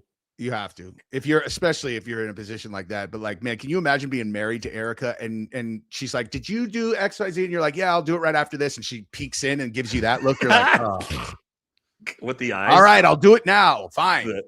Yeah, around the corner with the crazy eyes. I'll just do that so you won't look at me like that anymore. All right, let's jump into. You want to talk a little bit about the Iran war while you're on here? Yeah, but I was going to say real super quick on the. No, you're good, man. We don't need it. We don't got to move on. If you got something else you want to talk about. The only thing I was going to bring up is the news story. I'm going to cover this in a second. I got to film some stuff in a little while but like, it came out today in the Tyler Robinson trial that they gave immunity to Lance Twiggs. Like, he's like, yeah. We do need to talk about that because that is wild because. I mean, I don't have any idea. I'm basically at the place now where I'm like, I don't know what to think about anything. But what I would certainly say is that the easiest defense of Tyler Robinson has always been to point the finger at Lance Twiggs, because all of their evidence, every single piece of their evidence, it could have been done by Lance Twiggs, and Lance Twiggs has a history of violence. 100%. It's like he's a much more likely person to have done this than Tyler Robinson, and he had access to his Discord. He could have been doing the text message thread to himself and then went and deleted them or whatever on Tyler's phone. You know, like he very easily could have set up Tyler in every possible way. That's and they give him immunity. Jesse, though. Hold on, before you move on past that, that's very important what you just said about the Discord messages, because that's been a big part of this, right? Yeah. I don't think people realize, like, I use Discord, right? I've got it on my PC. If you're into PC gaming, you're using Discord. That is the chat function that most people use to talk to their buddies. The thing is, like, my PC here at my house, because Lance and Tyler live together, my gaming PC, you can log right into this. You click Discord, my account's already logged in. Exactly. Right? Yep. So you could come to my house, get on my computer, and start messaging from my Discord without any problems. So like, to your point, this isn't like something crazy like he had to have Tyler's login information and like go through all these. No, he literally just could have jumped on his gaming PC and just started sending messages. Exactly. You know, so I think that's really important. And to your point, I've always thought Lance, if you would have told me that Lance was the one that did this, and I learned all, like, the Turkey Tom video and all of his bio and his insanity and like all the stuff that went into it is obviously like psychotic delusions, I would have been far more apt to be like, oh, this kid kind of seems like he probably would fucking have done this, right? Yeah. But like Tyler, his bio never made sense, whereas Lance's, you're like, it's this kid. It's probably this kid. And now they're going to give full immunity to the kid I think is more involved than Tyler is. Yeah. Of course. And even if Tyler did it, it's like the likelihood that the conversation that he had with Lance, let's just say Tyler did do it, was him covering for Lance versus it being a genuine conversation is 100 times more likely than him just randomly confessing to. And even then, I can't even have a hypothetical about that, because that text conversation is so scripted on the nose to mention the specific pieces of evidence that have been recovered that it makes no sense. Tyler Robinson doesn't know exactly what they have, and yet somehow in the text thread he's like, remember when I did it's like, it's so dumb. Remember when I was writing on the bullets? Who the fuck would say that, dude? Yeah. Yeah, in a text message, like, Yeah. my love. And he's talking like Gollum from Lord of the Rings. You know what I mean? Smeagol, my love, right? Like Smeagol talking to Gollum. Yeah. We're just like, okay, I don't know about this. Now, how crazy, right? And we have seen things like this happen before in cases where immunity has been given to the person who actually committed the crime. Yeah. And there's like some nuanced stories about this, that people have gotten off on crimes because the person who has immunity admitted in the courtroom, no, I'm the one that killed him. And they have full immunity, which means they cannot be prosecuted for anything that they admit to in that courtroom. So Lance Twiggs could come out and say in that courtroom, I did it. And my love, the we're gonna case is end over. this chapter together. There's nothing they can do to him because he's provided full immunity. And then Tyler would walk. Yeah. I'm not kidding. That No, I know. How That's so crazy. Day one of the trial, he walks up there, prosecution thinks that he's about to like tell everything on Tyler, and he was like, hey, by the way, I did it. All the prep work that they did like, here's what they're going to cross-examine you on. Here's this first question to the prosecution. He's like, I'm just going to save everybody a lot of time and effort. I killed Charlie. Yeah. And he would wrote have this full word. immunity. Yeah. He would face no charges, which, I mean, who knows what happens. But so what are we going to see out of that from Lance Twiggs' testimony? Right? It is impossible to know. Especially given who he is. And again, a lot of people, and to my point, like, I don't think that this means Lance Twiggs carried this out by himself as a lone gunman. But what I do think is that Lance Twiggs is far more of an MK Ultra specimen, right? That you would expect to be used as like a patsy. Mm-hmm. You know what I mean? Given his mental history, his mental issue history. This is a crazy piece of information that I've never had it's like one of these things that's like circumstantial and not quite solid enough for you to connect to any individual story. But as of this moment right now is the first time I can bring it up. And like, I've known about this, Barron has known about this because we've talked about it, but like Lance Twiggs' mom graduated from the Stanford psychology program, like the same one that had the Stanford prison experiment. Like that's the program that Lance Twiggs' mother graduated from. And so this is like every one of them. The Aurora shooter, right? His dad was like part of he was in, I believe, the FBI and was part of some big PSYOP program.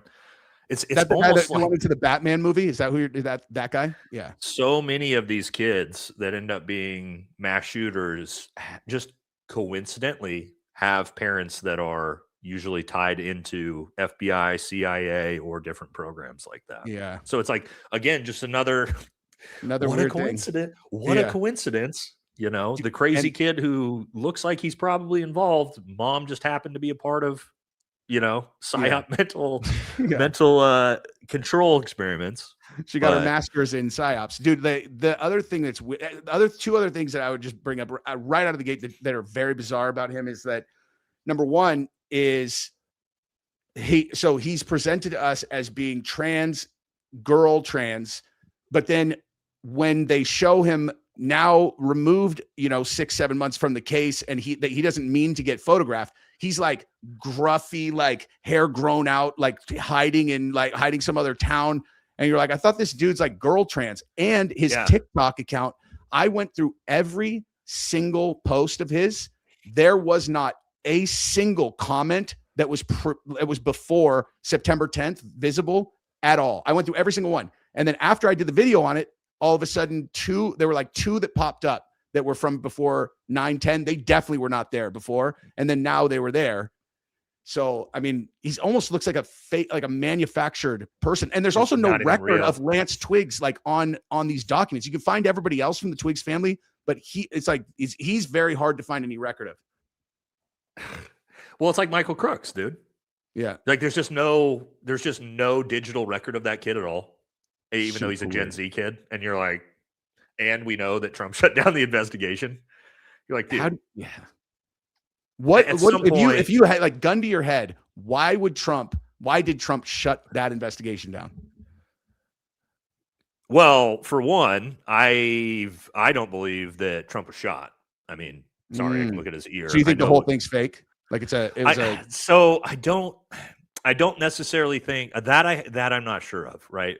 I don't think necessarily the whole thing is fake. I do think there's a couple possibilities. One, they use it as a giant PR stunt. There's a lot of, when you look at the actual videos of like the Secret Service running and getting the camera people and getting them into position, the flag being lowered into frame, like all of those things scream PR stunt.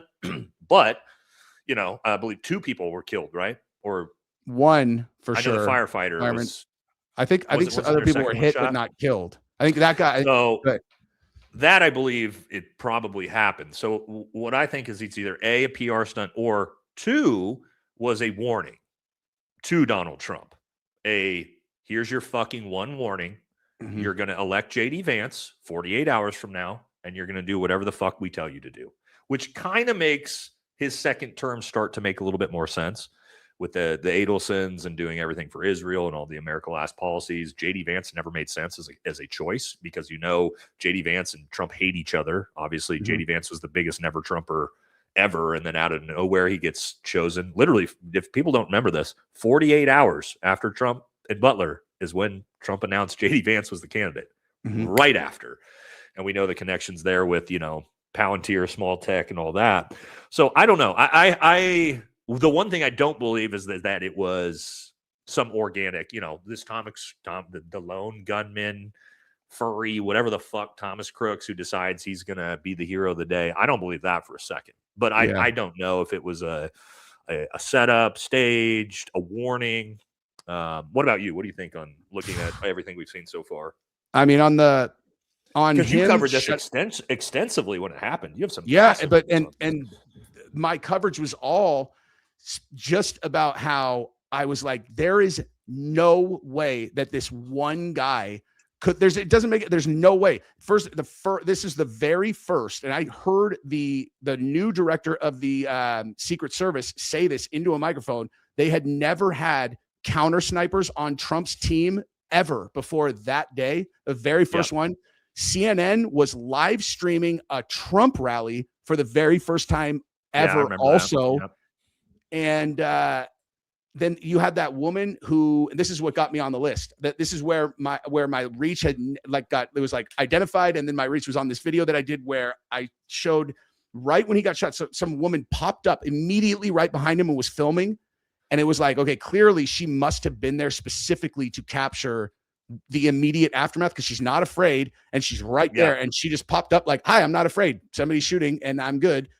And I don't know. There's just so much stuff there that was like, I never really had any hard conclusions aside from that. I can conclude there's a lot more going on. Like this is a lot of smoke right here I never really, like when people first were saying that they thought Butler was fake, like right out of the gate, I thought that was the craziest thing ever. And now, Alex Jones is having me on Tuesday for me to talk about how I think Charlie Kirk's thing is fake, dude. It's like, we've come a long way, man. Yeah. It's just everything's so fake and gay now that it's just like it's. But again, they pushed us here, man. You know what I mean? It's like, and I'm like, for me, when the Trump assassination happened, I covered it from the tactical realm at the time.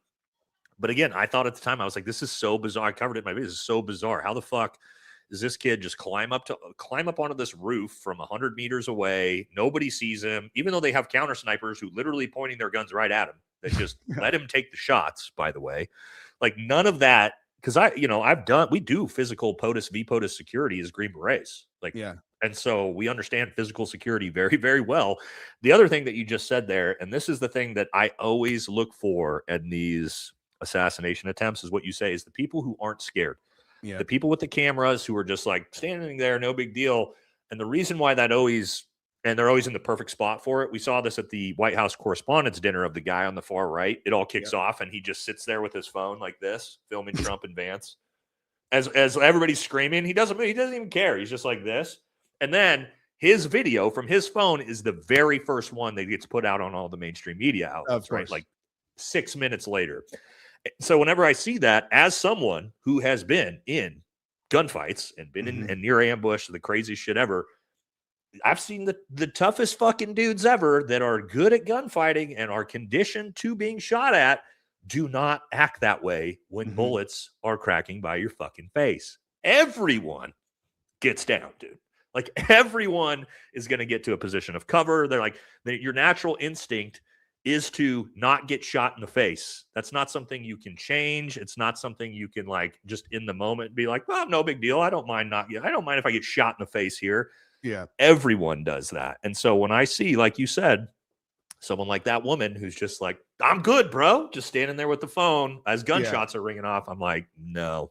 Yeah. That always, and they have a camera and that footage is immediately like put out to the public. You're just like, Yeah. That, yeah. I don't know. And that woman too, I like my hypothesis was always that like, so I always thought that what that was they had tried every other thing to derail and this was like, finally they were like, we're going to take this off ourselves. And I think that assuming that it was real, they wanted to shoot him in the head and then have a absolutely perfect camera view of him dead that they could then put out. So it's like, all of you guys, your guy is done with. This whole thing you guys are doing is over. Like that. Yeah. That was my hypothesis on why. But to your point, yeah, it's like, well, I have two. Well, first, I will just say that's what I also look for, just because there's only a handful of things that everyone will behave the same in that situation, and everyone is immediately terrified when faced with themselves getting violently killed. And so, like, if someone is calm, the most human reaction ever. It's unavoidable. But I was going to ask you this. So, like, just going back to the Butler thing, like, if you were in charge of Trump security, would it not be correct to say that the most obvious place that you would absolutely have eyeballs on would have been the exact roof that Thomas Crook was on? I covered that in my breakdown. And literally, I was like, this is the one spot I would make sure that I had eyes on. Now, personally, I would have had physical security at that location. Yeah. Right. Which supposedly there was a cop there, but he was like one floor below or something like that. But no, your biggest thing at an outdoor event, you're always looking for line of sight to the stage or to whoever you're protecting is.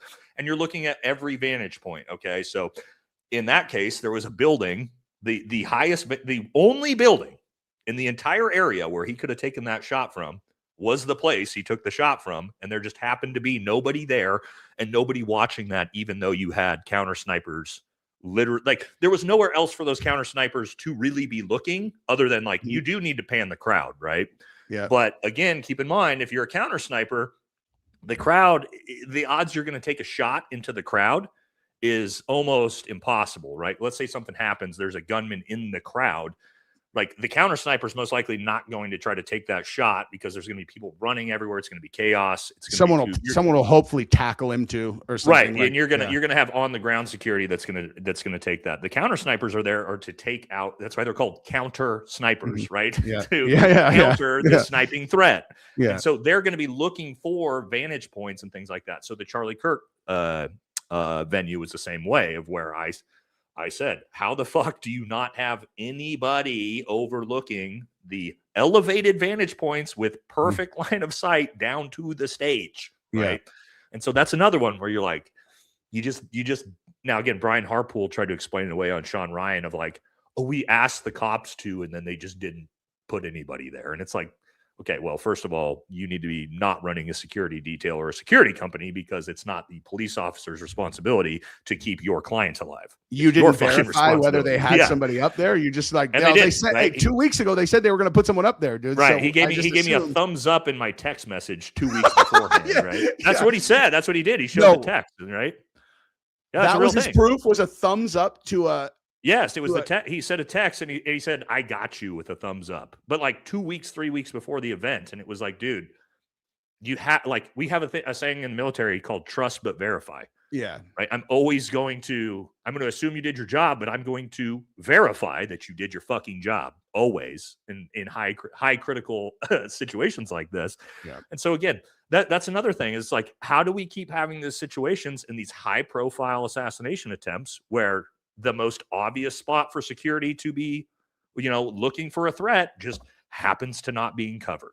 Yeah. And that's just happens to be the perfect spot where both of these shooters just figured out, like Thomas Crooks just figured out the perfect spot to be. Tyler Robinson just somehow knew the perfect spot to be. And you're like, dude, maybe these 22-year-old kids like map this out. Like, I'm sorry, it's tough for me to believe, right? That they're like psychic. They're psychic. Perfect. Like Tyler Robinson's got the perfect infill, exfil, egress routes. He's got everything mapped out. He gets exactly where he needs to be to the perfect spot with the perfect vantage point. How he even knows where Charlie's going to be exactly beforehand. Like all those things you have to add into the equation of when you're planning.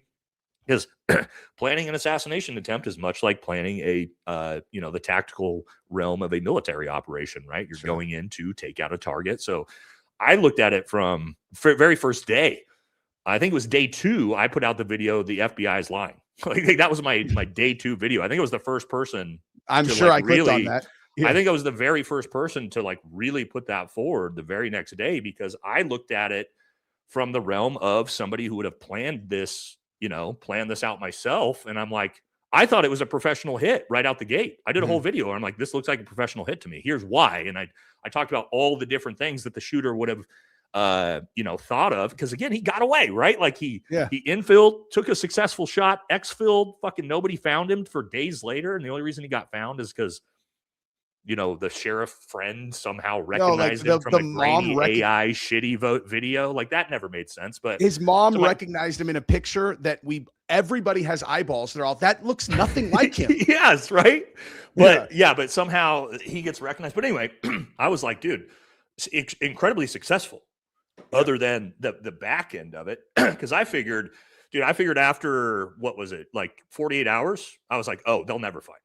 They will never fucking find this guy because this looked professional. He's in, he's out. He took him out. He's probably back in fucking Tel Aviv or Egypt or wherever the fuck, right? Kazakhstan or fucking France. I don't know. Yeah. But again, and then we find out later it's again, this 22-year-old dipshit kid who's into Magic the Gathering and video games who pulled off like the most miraculous, successful assassination attempt in American history, right? This like dipshit 22-year-old like transferee kid. And you're just like, okay, I guess I'm supposed to believe that. But me as somebody who did this type of thing for a living is just like, I look at it from that lens and I'm like, there's no fucking way, dude. There's no way these fucking kids, dude. Because also, Jesse, like think about a jujitsu competition or a mixed martial arts competition you're going to. Think about like how nervous you are beforehand, right? Oh, paralyzed. Oh, I mean, not paralyzed, but very, very nervous. Yeah. Right. But I mean, like anything high stress, high competitive, think about that. Now think about that times 10, because you're going into an environment where you're going to kill someone and you most likely are going to get killed doing it.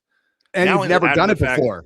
You've never done it before. Yeah. You have no experience. You're 22 years old. You've got no life experience, but yet you factor all of those things in together, but yet he gets in, gets out, clean, fucking perfect shot, gets away, and then just happens to, on the back end get caught. And you're like, you look at all that and you're just like, I'm sorry. But in, out, successful shot from that distance with all that distraction, all that reason to get, so he's calm, collected, but then on the backside, he somehow is like, gosh, I hope they don't get my fingerprints. And you're also, why didn't you on my gun that I reassembled and left in the chicken coop of a house owned by Palantir. Yeah. By the way, that's true, huh? About the Palantir house? I believe it is. Yeah. Yeah, but it's like, and then I heard there's like 12 homes that some like agency that's connected to them owned in the area or something like that. And and that governor, God, how do I always forget this guy's name? The governor, governor candidate that was like, where he's like Phil Lyman. Where Phil, I heard that Phil Lyman was connected to the house that captured him. Yes, walking he on owned the house. street. He owns the house that the video camera footage came from of Tyler walking in front of. That's it's just coincidences, dude. Yeah. There's just a million coincidences that we're supposed to believe, right? It's just so weird. Like there's so many people and so many problems all the way along where you're like, this is so weird. You know what I've wanted to do, and I haven't had the drive to do it yet, is like sit down and like start to finish the whole case of all of the fucking weird shit, right? So everything we just talked about, and then like think about how many things we didn't even talk about. The bomb dogs, George Zinn, oh my gosh. fucking what's our guy with the curly hair that turns around? Yeah, we talked about not acting. Not acting correctly in the situation that you're supposed to act, turning around, laughing, cheering while the gunshots are coming straight at you. And then either interacting with like terror cells, or he's just crazy, and I have absolutely no idea on the internet. But we'd have to sit down, probably all of us together, and like map these things out. But think about this, like, what are some other ones? The fact that the sheriff's department just happened to accidentally lose the footage of Tyler Robinson coming in when he was detained. The fact that the note that was put under Lance Twiggs' keyboard that the FBI had used to tell us he admitted to it just happened to be destroyed. It was destroyed, right? and then they said that Lance Twiggs took a photo. I mean, I think that what they're indicating is that Lance had a photograph of it on his phone, and you're like, so he burned it, but then took a picture of it. So, like, I mean, he might be an actual retard. That would explain. But yeah, I remember like when I was doing Hunter. Somebody just said Hunter Kozak. Like there's fucking Kozak.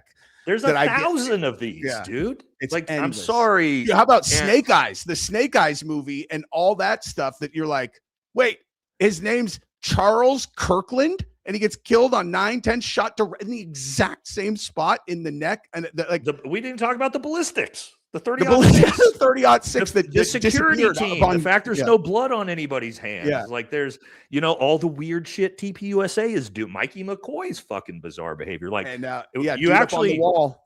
Terrell Farnsworth up on the wall. And they shot Charlie. He's dead. When you actually sit here and start going through it, you're like, dude, this is the dumbest fucking thing I've ever heard in my life. Right? The FBI narrative becomes. And then we didn't even get into the FBI's behavior.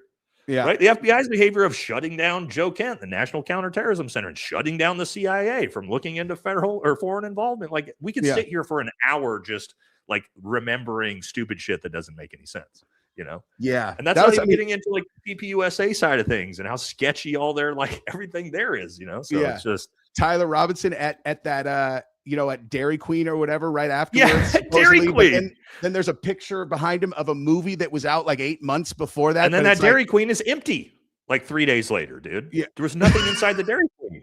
Hey, they ripped up the grounds and then cemented over it like 24 hours later. A day later, again. So it's like we could, that's why I eventually want to like sit down and do that episode to where it's like, we're going to go through every single, but it's going to take me days to put all that together. So I guarantee the easiest way to do it is just to go back to content that was made back then, just because it's so crazy. Like I stumbled onto stuff that I was like, man, I completely forgot about this. Like, I mean, like forgot completely. And then you're like, oh yeah.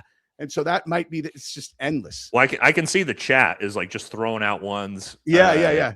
As well. So it's like, that might be a way to do it too, is do it as like a live where like you use the chat too, because they watch all the content, you know what I mean? So Jesse changes his clothes 1,000 times, Yeah. So Reassembles the gun. And then wasn't there a picture that had the scope on backwards or something like, or is that not on backwards, but it's way too far back on the gun. It's like 4 inches too far back on the gun from where it should be as well. Yeah. But also that's not the gun. That's a fake. Yeah. That's a fake picture of the gun, right? Oh yeah, that's right. Yeah, the Mauser, like it's a Mauser, whatever. Like this is not that one at all. And they said that they identified. That's right. The parents, they wanted to see the rifle because they recognized this very unique World War II Mauser, and that's not even the picture of the real gun. So that the parents didn't recognize the gun because it's not the fucking gun. It's not even their gun. But that was what we got. And then here's some more. The sheriff's department. The fact that the head fucking sheriff just happened to resign literally 2 hours after the ATF report came out that the ballistics don't match. Yeah, that was like the same day. Huh? Literally 2 hours. It was the same night. That story dropped, and 2 hours later he resigned. Dude, I read today that the judge almost put the prosecutor in contempt over something, and I didn't even see. Did you see that story? I didn't see why. No, but I mean, again, dude, like you start to add all of that up, and you're like, dude, what are we doing? What are we doing? What are we doing? What if they really were at Fort Huachuca too, dude? Like it's so weird. Yeah, I mean, that one is again for me. Here's the thing. Here's what a lot of people don't understand about that is the military base doesn't make sense. There's no one there that has the tactical aptitude to help do this. Now, if you told me that this happened at Fort Bragg, right, or Range 37, where special operations is, and like, or where Ground Branch is, or this happened in Virginia, like where CIA paramilitary is, I'd be like, oh, this is fucking sketchy. But at a base where it's just a bunch of support kids, it's like intel kids, that one's a tougher sell to me. But at the same time, dude, it's just like, fuck it, dude. I mean, maybe, dude, you know? Maybe Erica Kirk was fucking hanging out with some Green Beret fucking in a Candlewood Suites in Arizona, dude. I don't. And of course, the witness would be the least credible fucking dude on earth. The but he least credible really guy did see him. Like he really did see him, dude. Yeah, dude. Fuck it. Why not? You know course, what I mean? dude. At It's this so point, funny, it's man. like everything's so crazy that and so unbelievable. Like the official narrative that it's like, dude. But that's one of the things is this is what happens is then people start filling in the blanks. Yeah, because everyone knows, other than I think even the TPUSA and the Zionists, they know. I think they know that it's bullshit. It's just that it's their job to push the official narrative. But I don't think why. anybody, You know, well, like, I guess just to. I mean, that's a good question, Jesse. I don't know if we've ever like sat down and thought about that. Like, why? Unless you get into like Israel, why does TPUSA and why do all of Charlie's closest friends? Why do they not want the truth? And they don't because they were fine with this the first minute it happened. FBI narrative, like, nope, everything's perfectly good. We're fine. Why? Why do they want justice for their friend? Yeah, I mean, the only thing that I could think of, like, I'll play complete devil's advocate, give him the benefit of the doubt that this is what it looks like. The only thing I can think of is that they have spoken to the FBI on a level and they know things about the case and they've been 100% convinced that they have the right guy. And so everything that's speculating that looks like it's going to threaten the case against the guy they think really did kill Charlie, they're going to try to push back on. That would make sense. But I think there's so much stuff that, like, no matter what, if it were me, I'd be looking at this and be like, hey, have you guys fucking looked at this, dude? Like, this whole case was solved in 48 hours. You have all thhave people who've been doing nothing but looking into this case. Like, don't you guys want to look into this and just see if maybe there's something to this stuff or what, you know?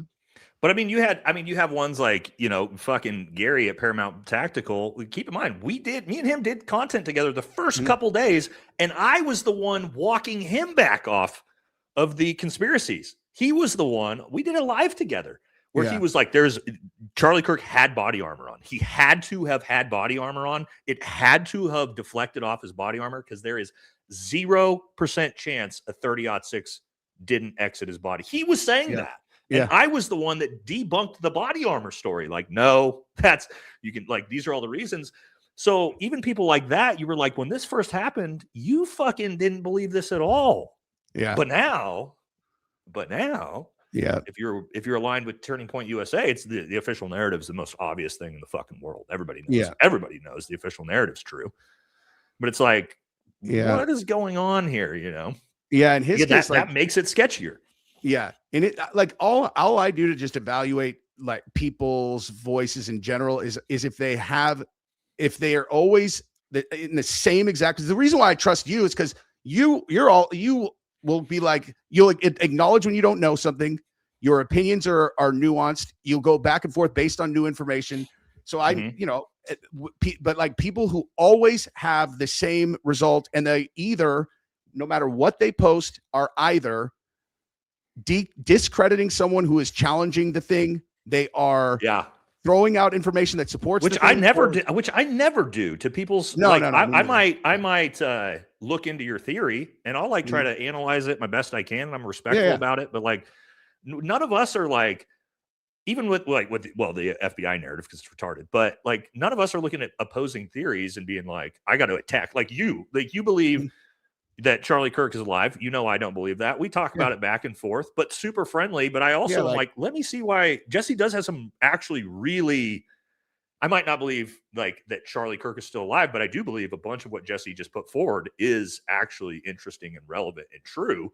And so, but am I going to make content where I'm like attacking you personally, calling you Yeah, a grifter, look at and what calling Jesse you a said fucking about lying this piece of thing shit? before. Yeah, it's just like exactly. He whoa, was wrong dude. about this. He was wrong about this. So obviously, But that's what you they. can't just- But that's yeah, what they what do to our side, right? Is Yeah. it's attack. It's all attacks on, because that's how I get attacked by these guys, like attacking my. Well, they can't really attack my credibility, but they are calling me a grifter, right? And it's like Gary and Matt Tardio and all these guys call me a grifter, and it's like my stance hasn't changed. You can go back to day 2 of the Charlie Kirk assassination, and I believe the exact same thing of what I believe happened, other than new information here and there, that I do now.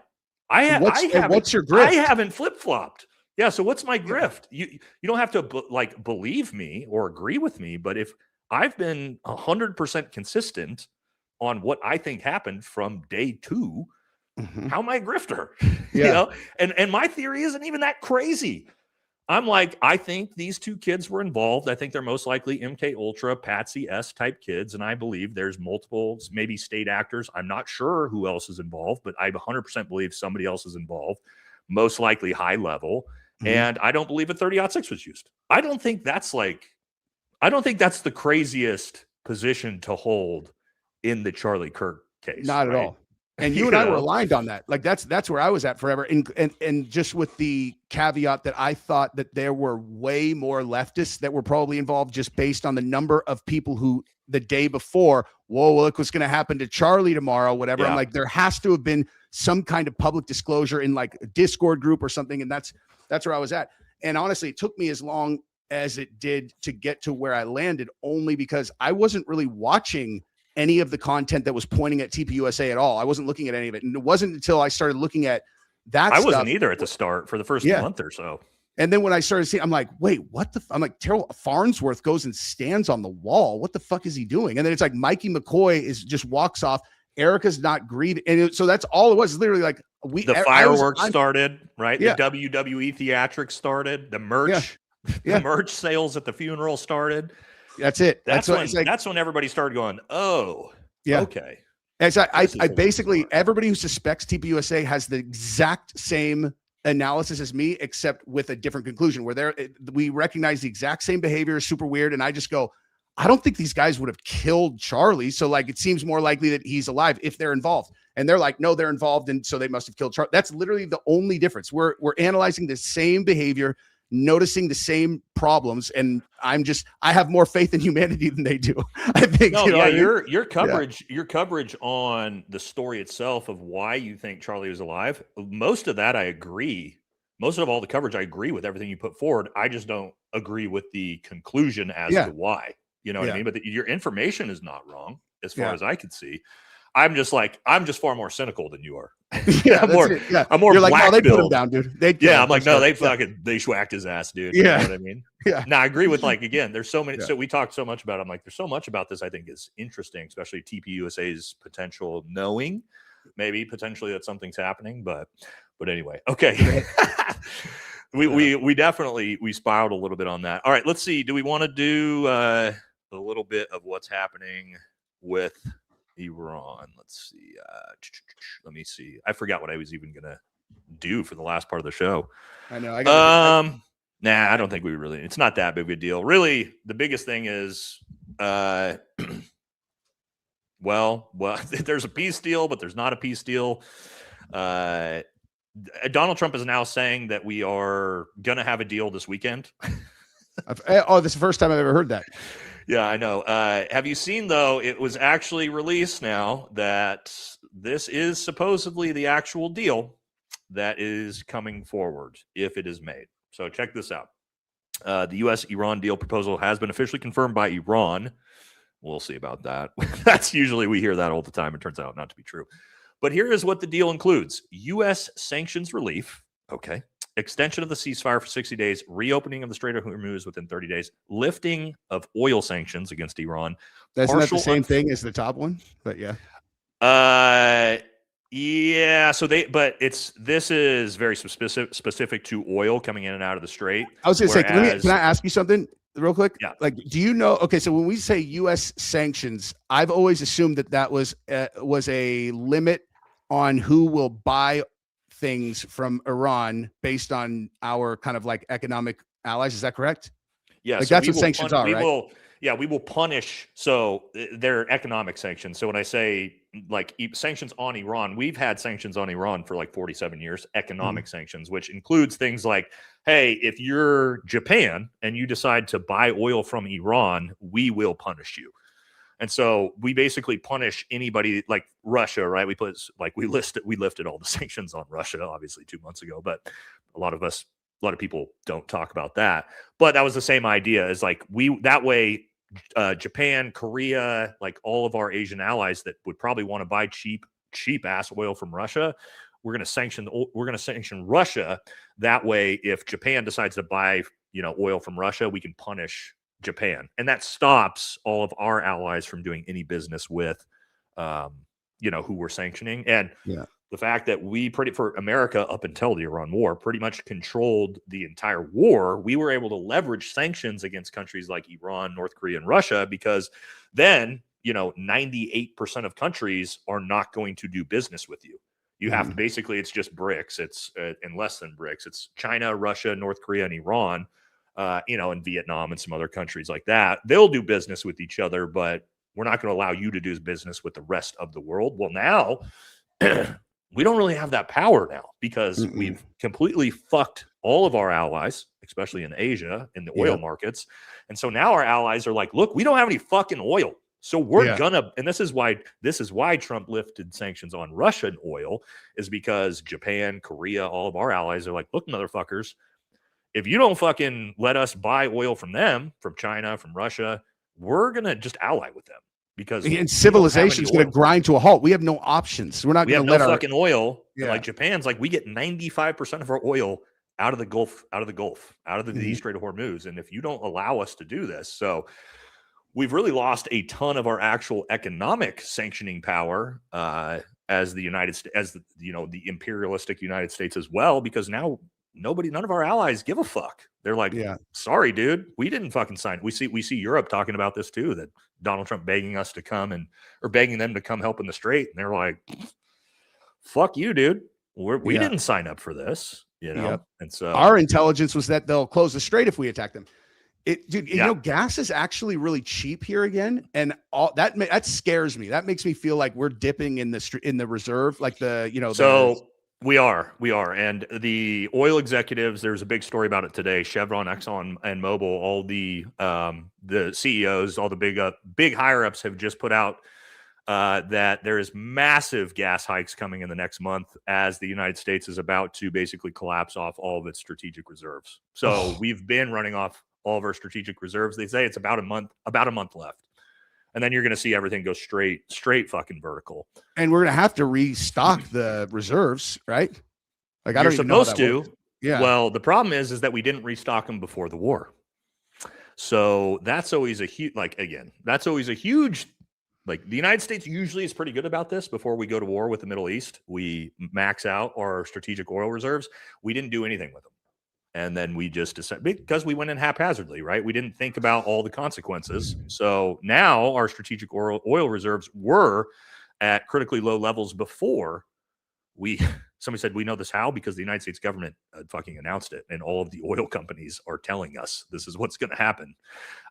Because the oil companies are saying, look, don't get mad at us when fucking oil skyrockets $2 a gallon here in a month, because all the strategic reserves run out. So yeah, that's a real thing that's coming around the corner. That's so bad. And I think that's why Donald Trump is so desperate to get a deal, is think about that running into the midterms and summer, right? So when you factor in summer, the strategic reserves run out. Let's say gas jumps $2-3 a gallon going into the fall, into November. Yeah. What do you think is going to happen in the midterms? It's already going to be bad enough, but yeah. No, you're good. I was just going to pull this back up, and then because there's a few more. Partially unfreezing 24 billion in Iranian assets. Keep in mind, I thought 1.2 billion or whatever Obama gave them. 1.7. Yeah, 1.7. So we're going to give them, what is that? Almost fucking 14x what Obama did. And then this is the big one. This is insane. And there's details coming out about this. A U.S. plan to help restore Iran's economy, which most likely is going to include upwards of $300 billion payout to Iran from the United States. $300 billion, a third of $1 trillion payout to pay back all of the things that we destroyed. So in exchange for them opening a strait that was open before we bombed them. Correct. And so what Iran is saying is that you will pay us for all of the shit that you destroyed, including like all of our infrastructure, our bridges. You're gonna all our military stuff too, dog. Hey, you blew up our radar. You got to pay to make our military strong again. So we spent, it's looking like it's gonna come out to about us spending $100 billion to bomb Iran for the U.S. So U.S. taxpayers pay $100 billion to bomb Iran, to then pay Iran. Maybe it's 200. It's either 200 or $300 billion to repair all of the shit we spent $100 billion bombing. That's going to be part of the deal as well. And did you notice there's no discussion of uranium or nuclear anything? Because Iran has also said there will be no deal involving anything with our uranium or nuclear capabilities until after a peace deal is officially concluded. So what Iran is saying is the discussion about our nukes, we won't even fucking have that discussion until full peace deal is completed. Then we might talk to you about not trying to build a nuke. And I think the sketchiest part of any of it is that if you are Iran, why would you trust any agreement that we get into? And I would say that about any country in the world. We like that. I don't, and I've said this a million times, that should not be legal. Like, I don't care who the president is. This is not a left or right thing. Any agreement that we get into that is a signed legal agreement, there should not be an option where a new president comes in and undoes it, because it's catastrophic for the trust that we have on the global stage. It should have to be undone by Congress. Yes. Which means the people that we vote in to office are the ones that go in and decide to vote on to, make those drastic decisions. And so it actually, I just pulled it up here. It looks like it is, it's going to be 300 billion is what they're floating. So it says here, Vance's new statements say that the deal involves no cash and no funds released for signing, while Iran's draft requires the United States to release $24 billion in frozen funds and pay Iran $300 billion in war reparations before. That seems like a pretty big gap. No, dude. but look at this. Look at this. We have to pay this before a peace deal is even fucking considered. The payoff. They know they have us by the balls. This is the payoff for them to consider negotiating a peace deal. We have to pay them $300 billion just to start having the discussion about peace. Oh man. When are the midterms? I hate to even think this, but like November. I feel like they're not going to nuke anyone until after the midterms, but like that right there, I look at that and I'm like, oh fuck, they're really they're going to make to even have the conversation. They want 300 Bs up front. Then that's one of those ones. Yes, fuck, man. Dude. That is they might. There's for sure going to be people talking about nuking them for sure. Hopefully they're smarter, calmer heads. I'd rather just pay the money. Yeah, but man, that's think about this. Iran. Do you know what their annual defense budget is? It's like 15 billion or something. Close. It's $10 billion a year. Their entire military defense budget is $10 billion. Ours is almost 1.5 trillion, by the way. Yeah. 10 billion. So think about that. Their entire annual defense budget is 10 billion, and we're about to float them $300 billion fucking dollars in cash. Dude, how long do you think it was taking for us to spend 10 billion during this effort? So how many days did it take for us to burn 10 billion? 3 days, 2 days. Yeah. So that's our whole year, and we burned it in 3 days, and they have us by the balls. Yeah. Well, and to your point with that, having us by the balls, what I think here's the problem is Donald Trump can't agree to that deal. There's no way he can agree to that deal. One, his own base. For us, I'm like, fuck it. I don't care. Agree to the deal. I don't give a shit. Whatever. I'm not a big fan of paying Iran $300 billion in U.S. taxpayers. I'm not really okay with. But lifting the sanctions, unfreezing their own assets, like letting them have nukes. I don't give a fuck. I don't care about it. I don't care. None of us do. But MAGA does, and Israel does. Right. So his own base he cannot accept the deal based off of his own base. So where does that leave us? To your point about, well, Iran, no, they don't give a fuck because Iran's massively emboldened by this whole thing. So they're like, okay, we'll just hold you by the balls as long as we want. But Donald Trump can't do anything. So now we're at a stalemate while the global economy fucking craters. And so what happens? How do we get out of this? Does Donald Trump take the gigantic L and, basically just give them everything they want and then try to spin it? I mean, of course they could say MAGA will spin it. MAGA will spin it as a victory somehow for Trump. But going into the midterms, the average American person is going to look at that and be like, fuck no. I wonder if there's got they're going to propose something where we agree to this and here's what the real deal is, but we get to announce that this is what the deal actually is. I think that's, dude, I think there could be a high likelihood of that. It's like, you got to let Trump save face. That's what we tell Iran. We'll give you fucking everything they want. We'll fucking dark money you the $300 billion. We'll lift every sanction. You could build the nukes. You can build the nukes. Quiet for 5 years. Until Trump's out of office, you just have to say that this was like the greatest deal that Donald Trump has ever fucking achieved in his life, right? Like Iran gets nothing.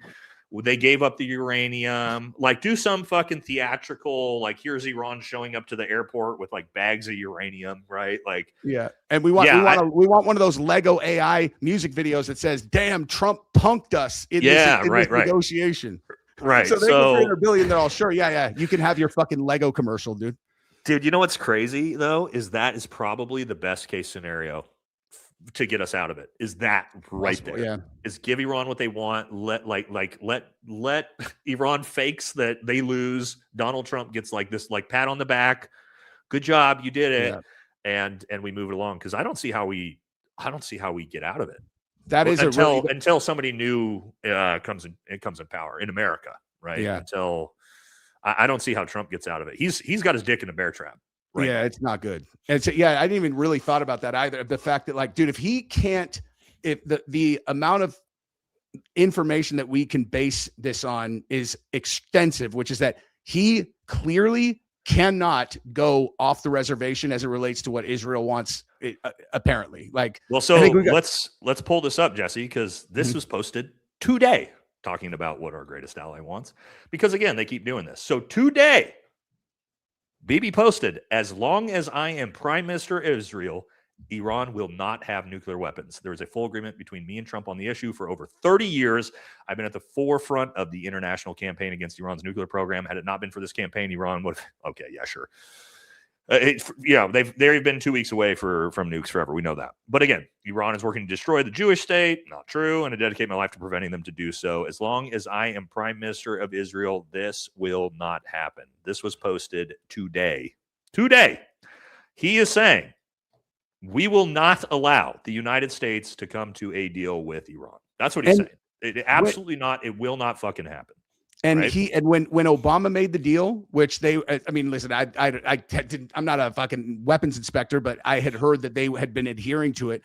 They did everything to undermine it and talk about, like to push propaganda about how terrible a deal it was so that, Trump comes in and undoes it. It's like, well, if that deal wasn't good enough, even when they weren't doing it, what is the actual goal? That deal was 1,000 times better than what we're looking at. Yeah. Objectively. Just objectively, like that and deal included the ability for the international community to come in and inspect their facilities. Like, you think that's going to happen with this deal? You think Iran's going to be like, oh yeah, you guys can come and look at our stuff again? Yeah. Fuck no. They're asking for $300 billion to even start the conversation. Like they're not about to go back to the old deal. But the crazy thing is like Iran was actually almost giving the United States everything they wanted in the negotiations right before we bombed them. So Iran was like willing to come to the table, give up all their uranium, and then we killed their negotiators and started the war. And one of the key negotiators who was on our side, I heard we killed his family and he survived. So that was probably really beneficial for us. Well, just like the fucking Ayatollah. Yeah. Yeah. It's like you killed 5 of his family members, his dad, 2 of his kids, and his wife. You think he's going to be less radicalized Yeah. because of that? Think about if that was you, Jesse. You're running a country, and Donald Trump, out of nowhere in negotiations, kills your negotiators, bombs your countries, kills 2 of your kids, your wife and your dad, and you're in charge. I think, Hey. are you going to be like, hey, so maybe we got to figure this peace thing out, guys? Yeah, No, these you're gonna guys be like, fuck these motherfuckers. Like, we'll take this to the end. You know what I mean? And that's what they're willing to do. But America's not willing to do that. We're not willing to destroy. The American people aren't willing to destroy our entire country over this conflict. Iran's willing to do that because it's their home turf, right? If it was a foreign country attacking the United States on our soil, of course we would be willing to. Of course. We would fight this, like we would all fight this thing out until, the end of the world, apocalypse. But a clip yesterday. Did you see the clip that someone got it, and it was us. It was, I think it was taken in Tehran, but the footage was unreal. These bombs that we were dropping were, I've never seen footage like this of this type of weapon, whatever it was, but it was like, it was just like boom, and they're just obliterating these targets. And then there was one taken from like across it, like that was the beginning, and then the second part of the clip, there was like a bridge, it was across water, and there was a bunch of shit blowing up there. Did you not see that? I'll find it. I haven't seen that one yet. But you just watch it, and it's just like, it's like a beautiful city. The place that they were blowing up was like clearly where a bunch of wealthy people live in Iran, because there was everybody's boats were right there and all that, and it's just like boom. That's what we're doing, dude. We're attacking civilian infrastructure. We're attacking all the things you're not supposed to attack. That's America. And what's crazy is, and this is not propaganda. People will say, "Hey, propaganda." No, it's not. I can literally, Donald Trump posted 2 days ago that it's time to start bombing bridges, power plants, and water reserves. He posted that on True Social. Okay. So this is our own president fucking saying and doing these things.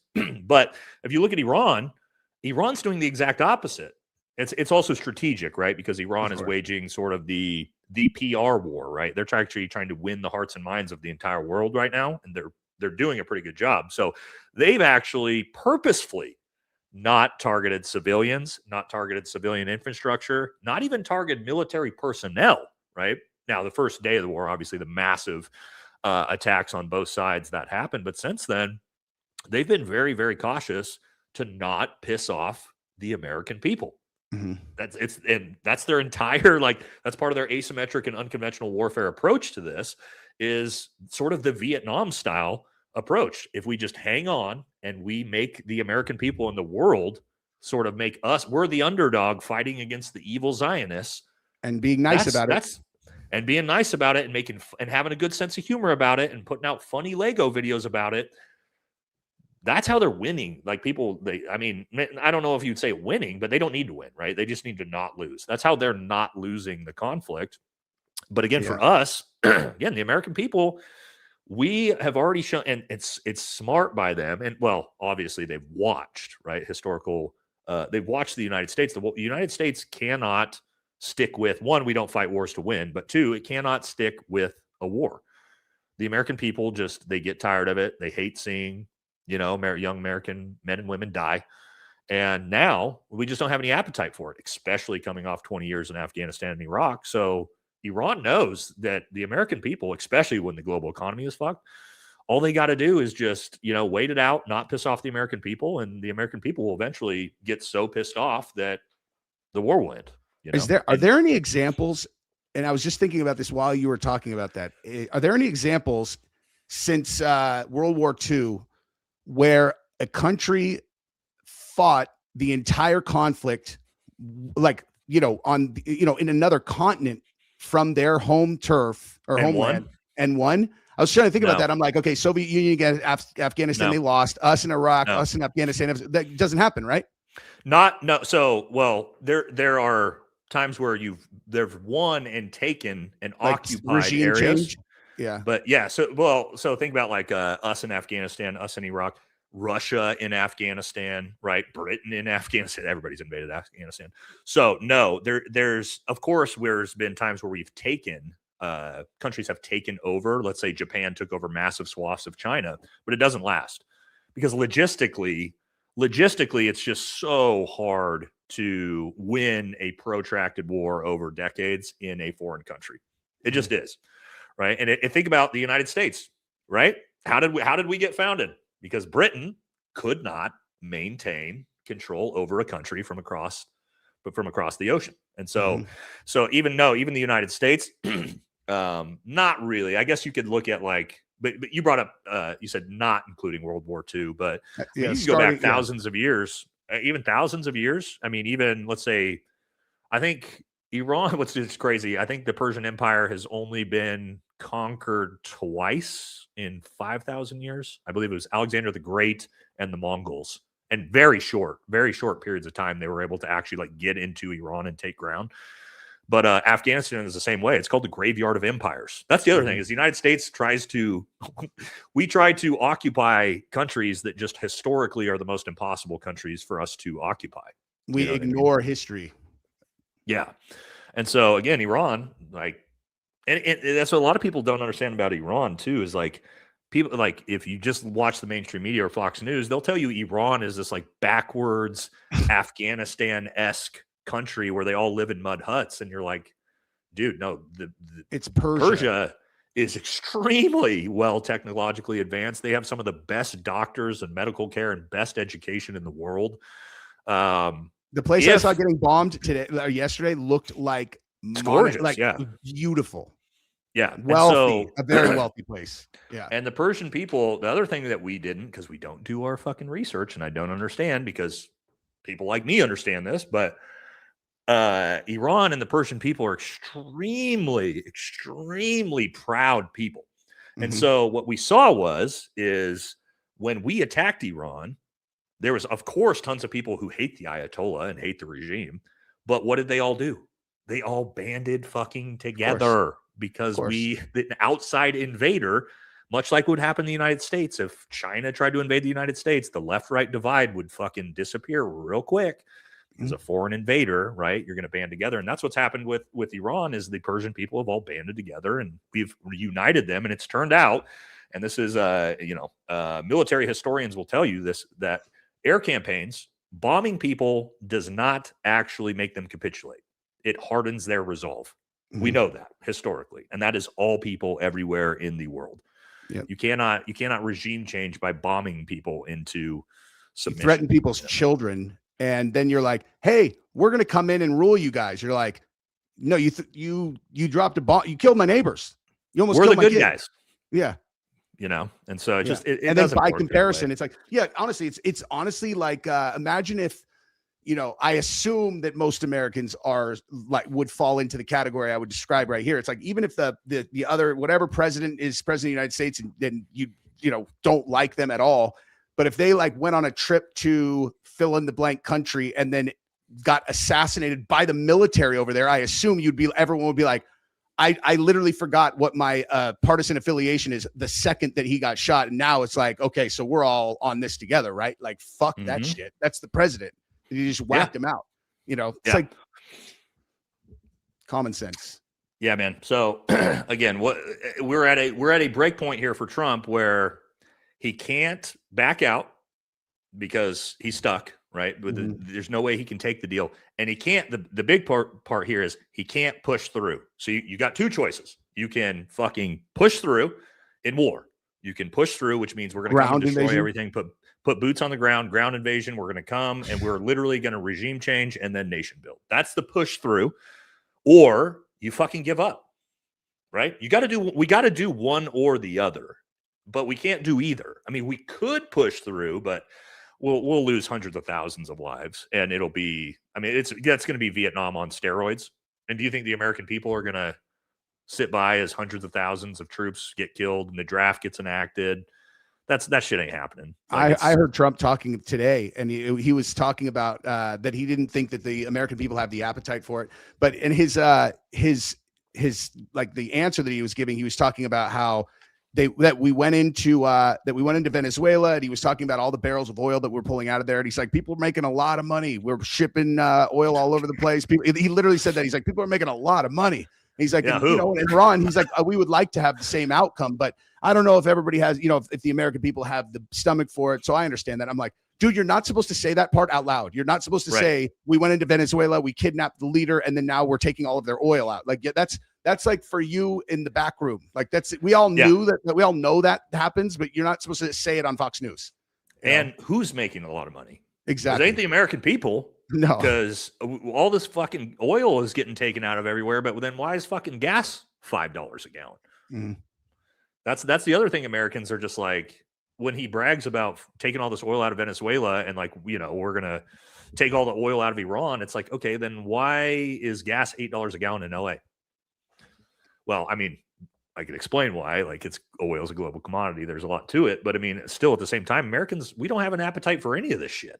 What if You we know were what I just mean? all Right. nice? Like, what would happen if we just all were like, hey, when it comes to like oil and commerce, everybody just, we got a good thing. Everybody buy from whoever you want. You know, like I know there has to be a lot of mechanisms behind the scenes that I don't understand, but that's always my question is like, why don't we just let everybody just sell their oil to whoever? And it's like, the only answer I can come up with is that the reality of how the world actually works is you have the robber barons on top who use the government and the military to go 100%. into countries and then push. Yeah. Like George, like when those emails got pushed out about George Soros and how he used his foundation in that country that they were trying to do the mining rights in. And he literally went in there. They had a deal where they were going to get 51% of whatever was going to come out of the ground. They didn't like that. So he used his organization that he had there. They went in and protested complete and total bullshit, calling everybody racist, calling everybody whatever, because he was trying to ultimately put pressure on the regime so that he could get a deal where they got 75% or something like that. The whole entire thing. That's all it was, dude. And it's like, so these guys sit above and they're the ones who are like, go in, we do this, whatever. And it's just commerce on this global stage. And they're sociopaths, like psychopathic megalomaniacs. Sure. And, Look at the global war on terror. Look. Dick Cheney was the CEO Number one example. of fucking Halliburton, Mm-hmm. which ended up making trillions of dollars off of the global war on terror that he and George Bush started, right? The military industrial complex. That's another big one too, is like, you got to keep in mind how much money is being made off of foreign conflicts, but then also just America's imperialistic military presence. I mean, we have hundreds of bases around the world. How much money do you think that costs to upkeep? Well, of course, trillions of dollars. We know that. And so what's going to happen if America just went, you know what? We're done bombing brown people. We're just going to be nice. We don't need Lockheed Martin. We don't need Boeing. We don't need Northrop Grumman. We don't need Halliburton. We don't need Raytheon. We don't like start to think about this, right? These are trillions and trillions and trillions of dollars. We don't need this all of a sudden. What the fuck do they do? Then they lobby, baby. They lobby our politicians, right? Like, why do you think Lindsey Graham keeps fucking winning? Right? Because that motherfucker is getting fat checks from the military industrial complex to keep that war going. Because there's not for us, but there's trillions and trillions of dollars to be made more. And it's the American war machine. And so again, that's also what's scary when you see like someone like Thomas Massey, right? You see someone like, let's say, a Tucker Carlson who decides he wants to run for president. And he was like, guess what? No more wars. Yeah. We're done. We're done. What do you think they're going to let that dude live? You think the military industrial complex is going to be like, nope, I guess we're out of trillions of dollars? Yep. Fuck no, dude. No way, man. You know? Yep. So yeah, it's nuts, man. Because like, gosh, because there's like the Tucker Carlson example is a good one, and then it's just like with Thomas Massey, they can just out in the open throw all this money out there, just right in our face, and just be like, yeah, we primaried him, and then they're all, no, how you like? Hey, they go on X after, how you like them apples? You're bragged. AIPAC was isn't that a foreign lobby? Like just publicly bragged about that? I don't even understand. You know, it's one thing I'll leave you with. I got to jump after this, but this is one thing I was that I saw on a documentary that I watched recently that was talking a lot of stuff about 9/11.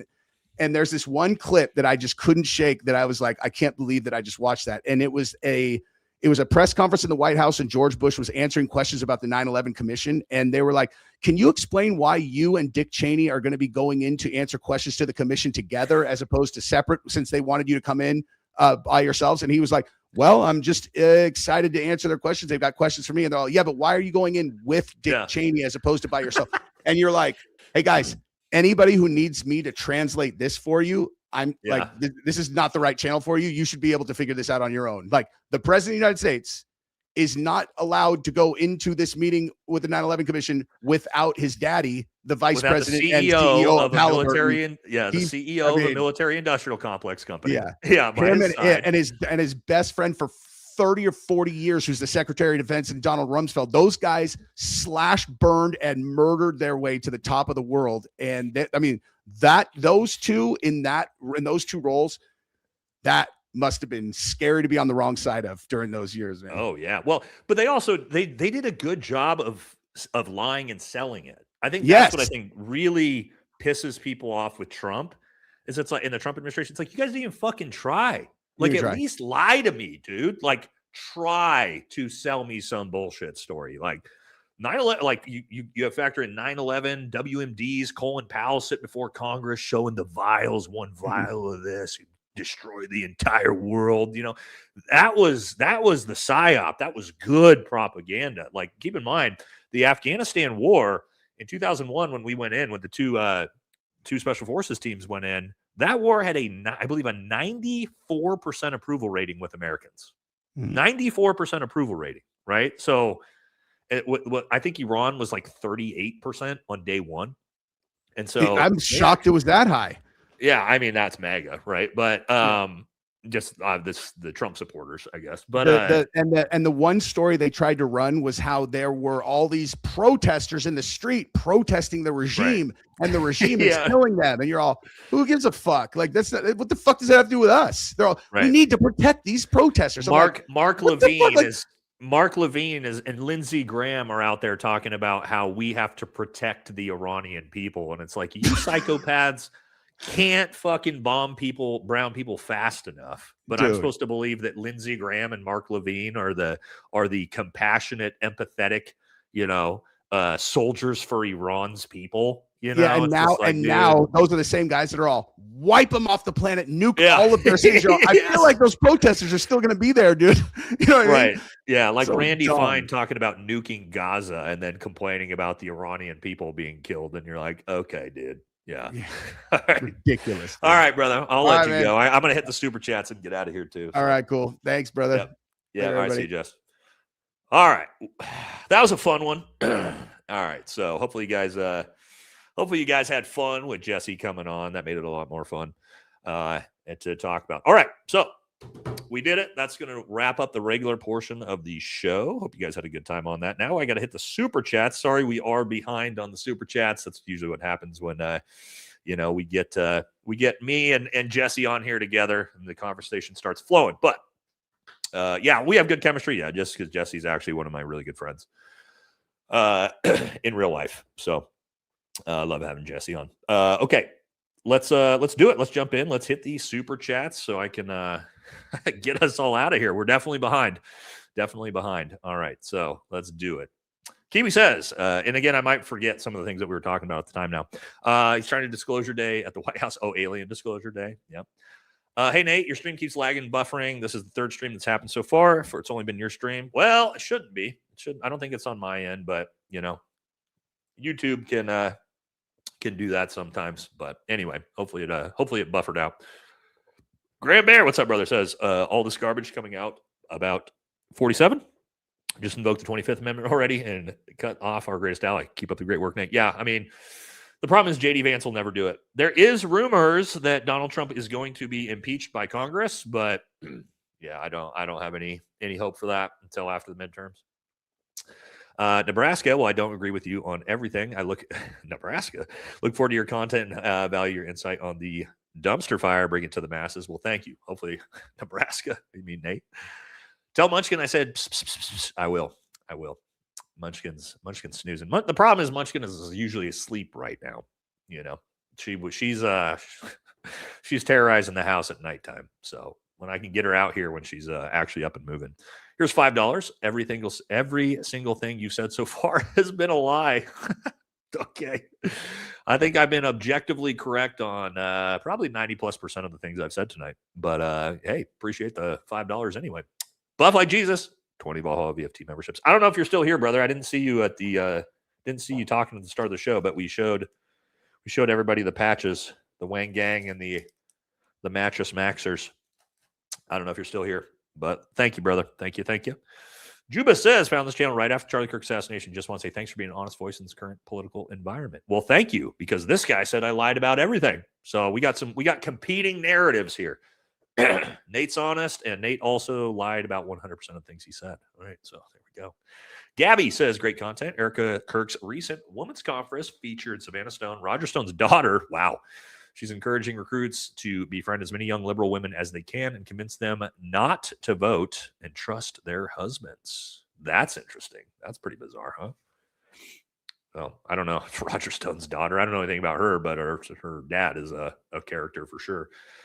Fuzzyball says, realize that Ukraine has been close to Tel Aviv ever. Yeah, this is true. Ever since it was formed, it dawns on you that Ukrainian conflict, the CIA, MI6, Mossad, and the war in the Middle East are all tied together. Yes, Ukraine is extremely, extremely pro our greatest ally. Look at Zelensky, if you don't know who he is. Thank you. Alex says, divide and conquer. TPUSA is intentionally being destroyed. Goal is to break up all big organizations that can cause problems for the government. No, TPUSA is actively working for the government and a foreign government. So I don't believe that. Don't believe that at all. I think TPUSA is literally a mouthpiece for the Trump administration. At least on that specific one. Worst Rex said, love YouTube Premium. Hope Ian Carroll is good. Miss Catchu, Baron, and Carol filling up my week with based content. Has Ian not been doing a whole lot of content lately? I know he talked about maybe doing some other stuff for a while. Let's see. I haven't seen his stuff pop up for a bit. Let's see. Oh, it's been a couple weeks, huh? Been a couple weeks. Yeah, it's been 2 weeks since he's put anything out. I know he's working on a lot of other stuff too, with his his programming and stuff like that. He's super into that. All right, Endex says, hey Nate, found you via JD about 6 months ago. That's the homie. Love the content on the current shit show. How was Dwarf Wrestling? It was fantastic. Thanks for what you do, brother. I was supposed to upload some of the videos me and JD got from that, but I forgot to do it. Dakota and Liberty are the pups. Those are good looking pups right there. No, it was great. It was actually, I love wrestling. I'm a huge fan of WWE. You guys already know that. So I was like way more into it than everybody else, but they were actually like super, super good. It wasn't just like dwarves wrestling. They were like legit. They were all luchadors, little dwarf luchadors, which was hilarious, but they were actually like super good at wrestling too. So it was a great show. My uncle waved at Trump once, 43 years later, boom, herpes. Coincidence. Getting herpes via, looking at someone, that's rough. That's toxic. Is there something about showing loyalty to our greatest ally by a non-J by a nick in the right ear? I don't know. Thank you. All right, Booga says, my theory is someone near Trump convinced crooks to target civilians at Butler. He likely, this is interesting, because it was civilians that were hit, right? He likely thought he would get away. It's odd. He had no social media and his apartment was professionally clean. Very, very, very odd. Also, the fact that he had exchanged emails with the sheriff's department leading up to that. I believe Tucker. Sorry. It's like allergies on top of talking for hours at a time, guys. Hold on 1 second. Let me blow my nose real quick.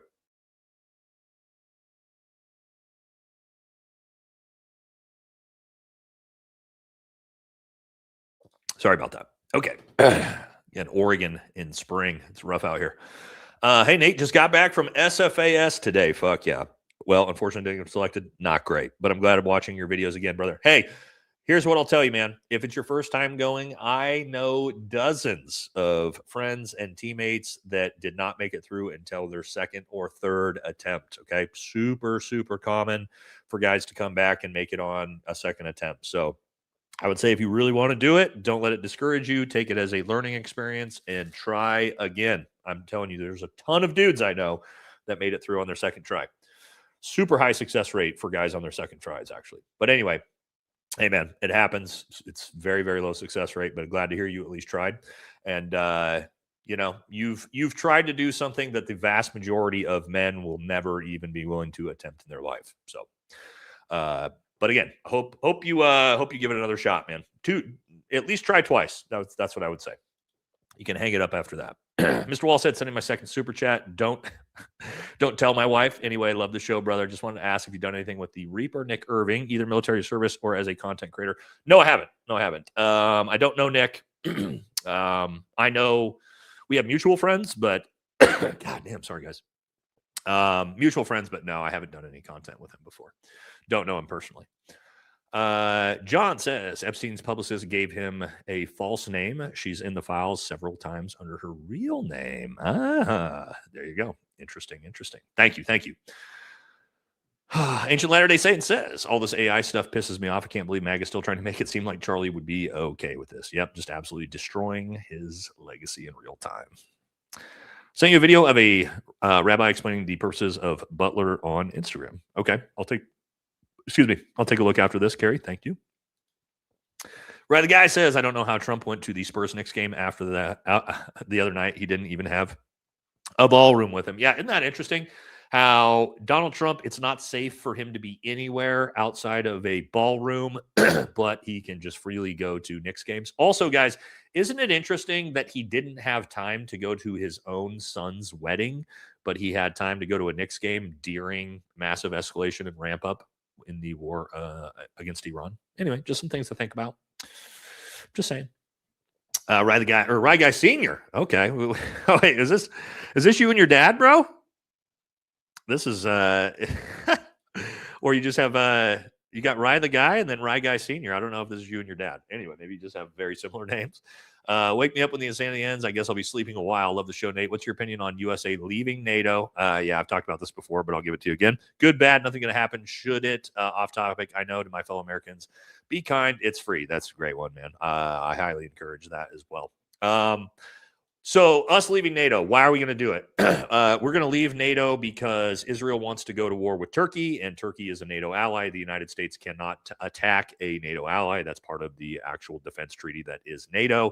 And so if we leave NATO, it is strictly so that we can go to war with Turkey on behalf of Israel, which Benjamin Netanyahu said this week that's the goal, and that's what they want to do. So they're saying it out loud. But yeah, that's why we would leave NATO, not for any other reason than that. Will we? Probably. Yeah, probably by the end of Trump's term. But we'll see. Crazy how TPSVA is explicitly showing people alter history once showing how people alter history once a political figure passes away. Yeah, that's a great point. Just rewriting the history books, and it's no longer able to speak. Great point. Great point. Think about our history books and how bullshit they all probably are. And the Red Pill is also doing the black versus white thing now. Yep, we talked about that on Tuesday as well. It's a distraction from Trump, 100%. I agree with you on that. A lot of it's the Carmelo Anthony trial. Obviously, MAGA. Well, and it's actually both sides. Both sides love to use, left and right, love to use the left-right divide for political means, right? We saw that with the BLM riots and protests as well. God damn, sorry, guys. My throat's beat up. Maybe I need to put in another an upper decky. Guys, I got these. These are new. These are caffeine ones still. So I got the alpha caffeine dips, right? Because I don't use nicotine anymore. But I got these new ones that are called called upper deckies. Can you see that? Upper deckies. These are caffeine. These ones are really good too. Watermelon flavor here. Anyway, sorry, just a little aside. If you guys like Zins and you're trying to quit nicotine, not sponsored or anything like that. This is just something I've used since I quit 2 years ago. So it's like having a Zin in, but there's no nicotine. Highly suggest it if you're not trying it yet. Myron Gaines is not talking about all this. He cares about divide and conquer. True. I don't think Myron's a bad guy, but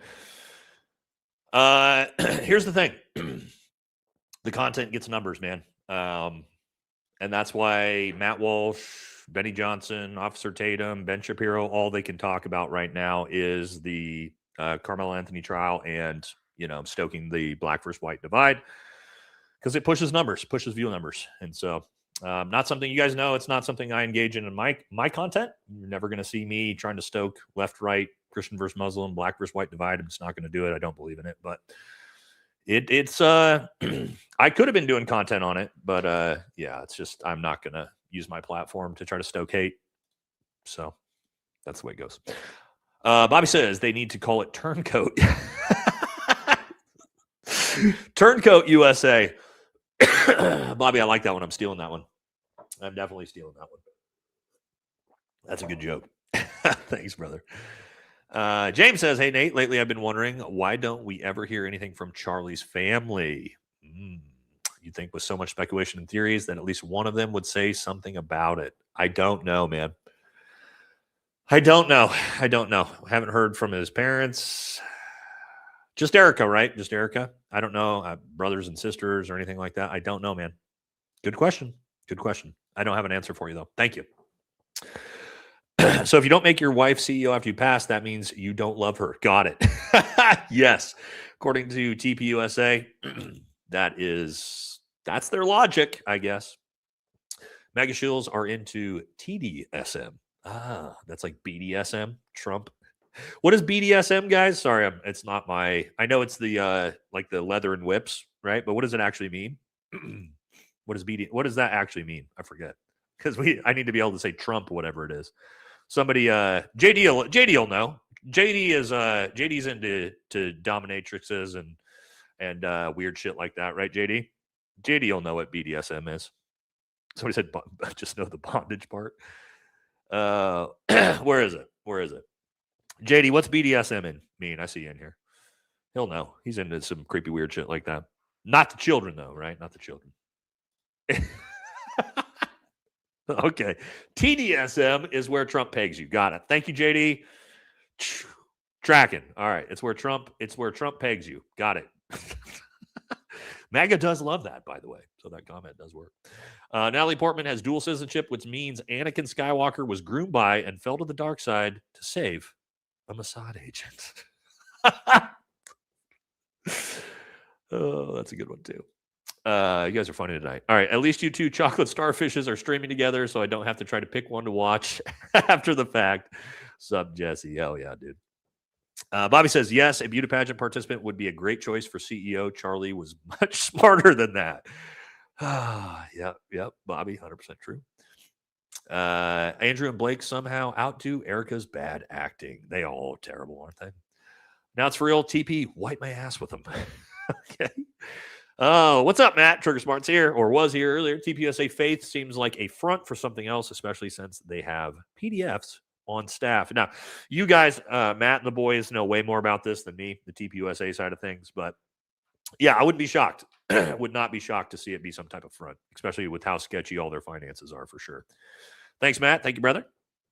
Joe, what's up, buddy? Says, isn't it anti-Israel to create AI videos saying my Lord and Savior is Jesus Christ or Christ is King? Yes, it's anti-Semitic, they've said. Just saying seems like fanning the flames. So Christ is King, according to our greatest ally, is anti-Semitic. And according to Ted Cruz said this as well. So there's that.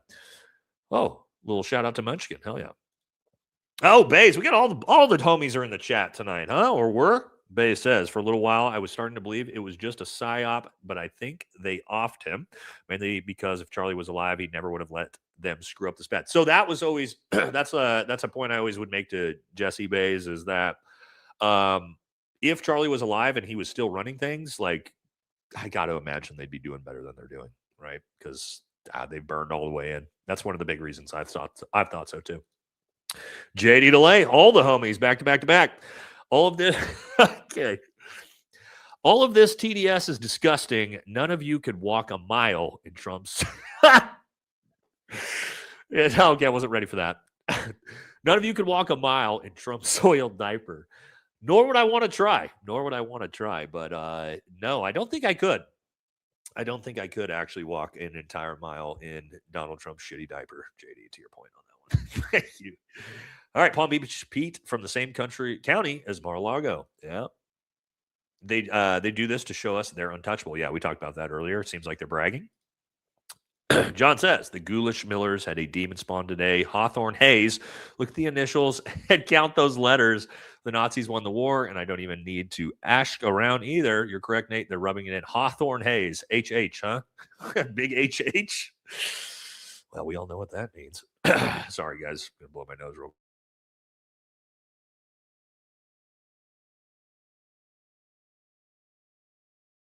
Allergies. All right.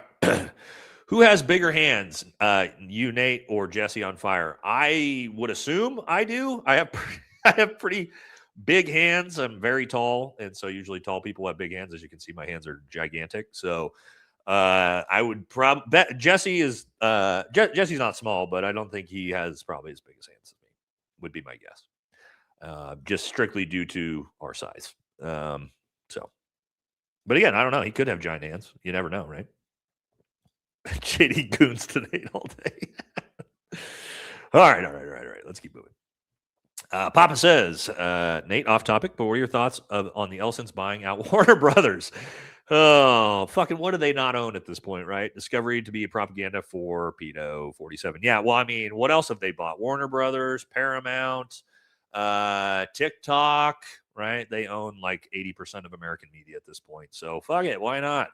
Why not? We've seen what they've done with TikTok. Ask JD how it's going over on TikTok.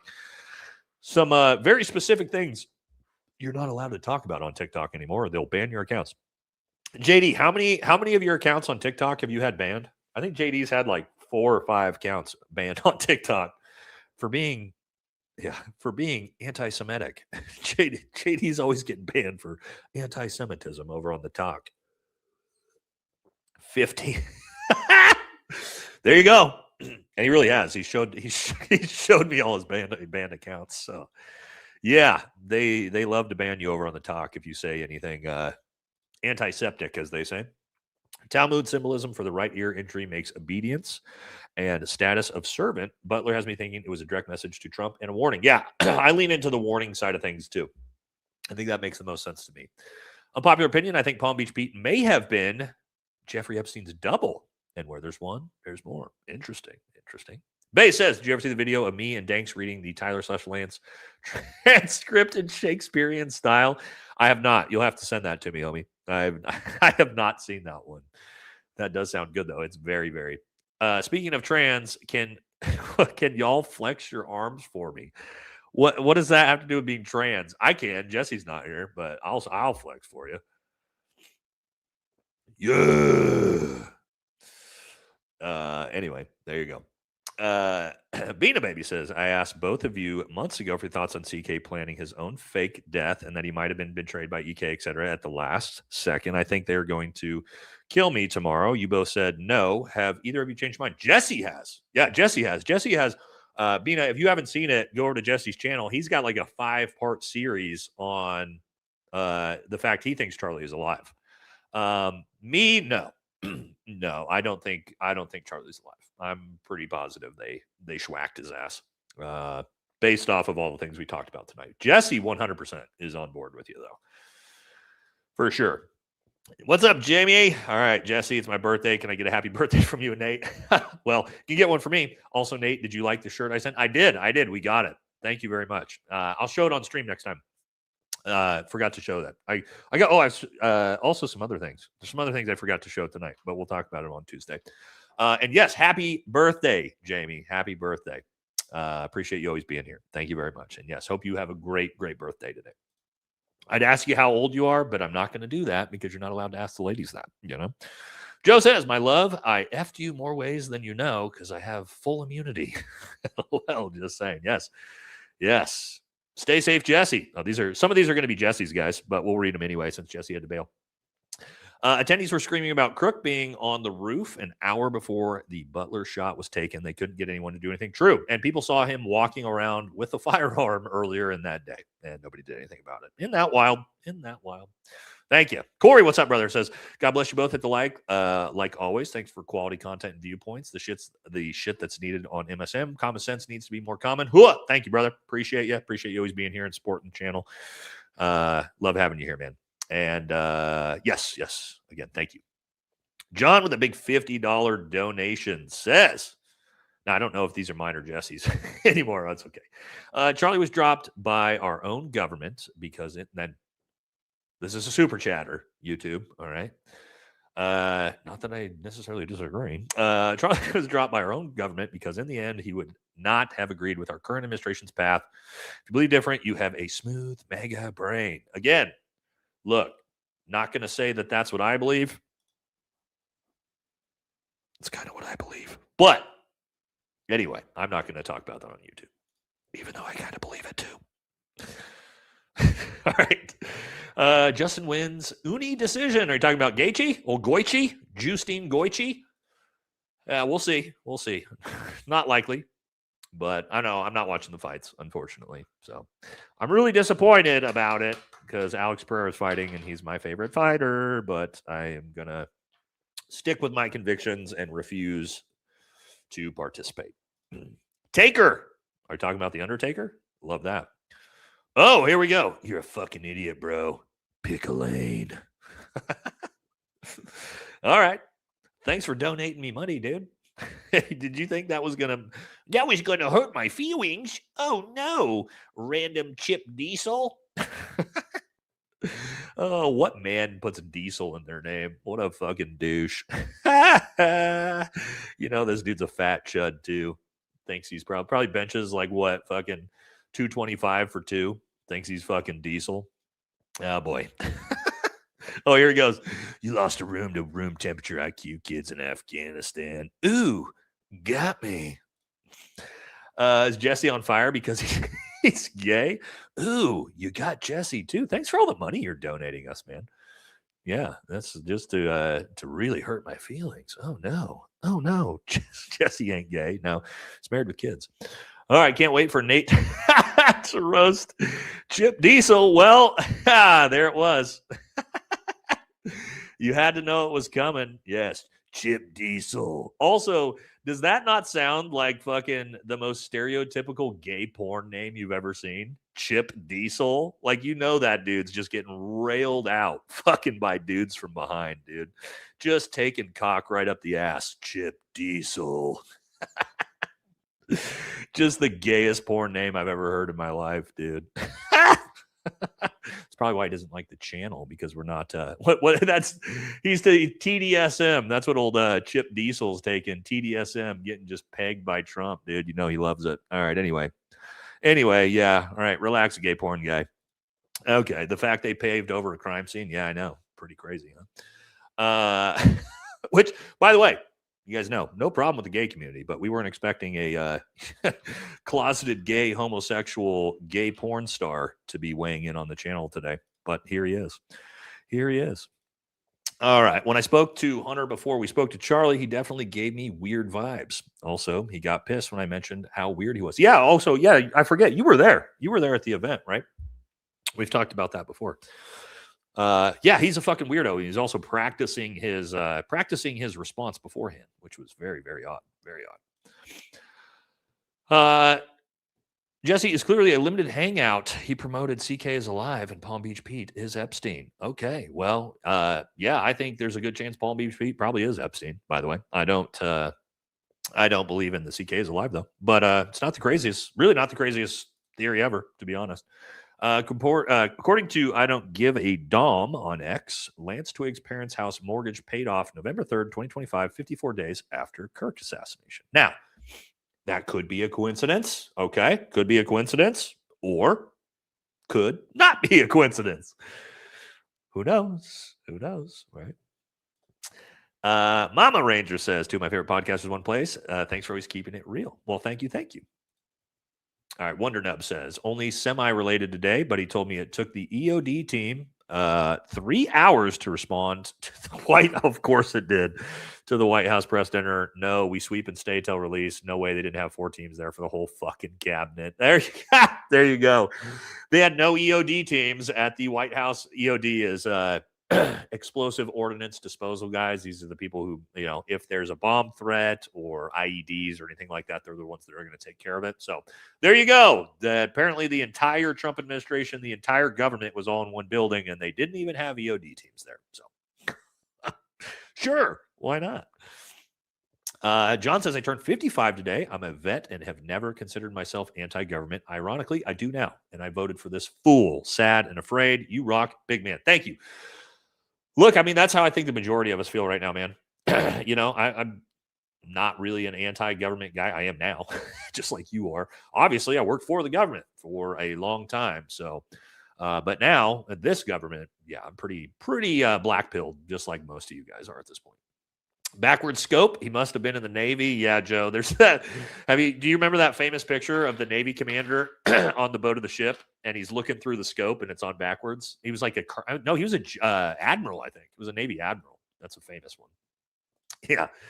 Bobby says Erica forgave Tyler so quickly because she knows he didn't do it. She did. She forgave Tyler Robinson, but not Drewski. Go figure, huh? You can shoot my husband in the face, and that's okay, but do not, under any circumstances, make fun of me. I guess, Jesse, let me get a bump, dog. The only thing Jesse is high on is the Holy Spirit. Hell yeah. No, Jesse's not high. He's just fucking high energy, bro. High energy. He's always been that way. CO said tonight she was convinced he was still alive at first. Interesting. Yeah, again, I don't think it's the craziest take at all, given how insane the story is. Michael says, big up, boys. Everyone get their popcorn. Shit's about to get weird out here. Project Bluebeam seems to be in full swing. Yeah, we showed that, right? Good will prevail in this fight against the elites. Love and light. Yeah, so talking about Project Bluebeam, I mean, the fact that the president of the United States is posting fucking slop like this on his True Social, we are definitely in the Project Bluebeam era, are we not? Jesus Christ. I'm Driving Faster says, hey, Nate and Jesse, thanks for teaming up and the hard work you guys do. Well, thank you, brother. Thank you. Ceasefire signed. Look who it is. Uh-oh. We should probably. All right. I don't really like the idea of BB donating me money. That's a little sketchy. But BB says, ceasefire signed? Not if I have something to do with it. Oh, no. This is what I was expecting. BB Netanyahu says, take this money from APAC. May it go towards your calf implant fund. Oh, shit. All right. You guys got to remember, I'm going to donate $10 of this stream to Palestine. I think I got to keep my APAC tracker at 0, guys. I got to keep the APAC tracker at 0. So yeah, I'm gonna be donating $10 here to some type of Palestine charity, just to make sure we stay on an even keel here. But thank you, BB. I appreciate you being here, sort of. Joe says, starving Japan of oil and our other natural resources was a precursor to World War II. Just saying 100%. Yes, it was. It was literally why they attacked the United States. Yep. Oh, boy.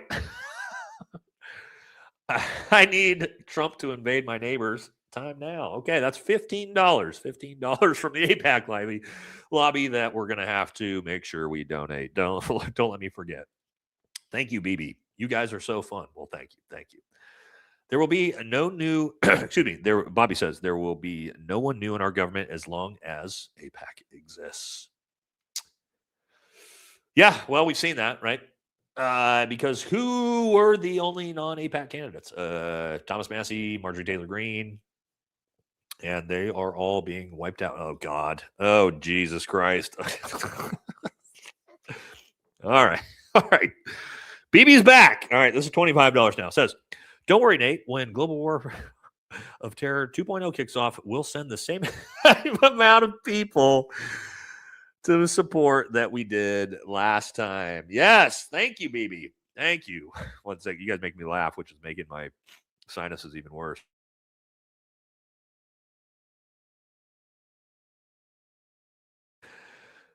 Okay, thanks, BB. Appreciate it, and appreciate the 0 people that you sent to support us in that one.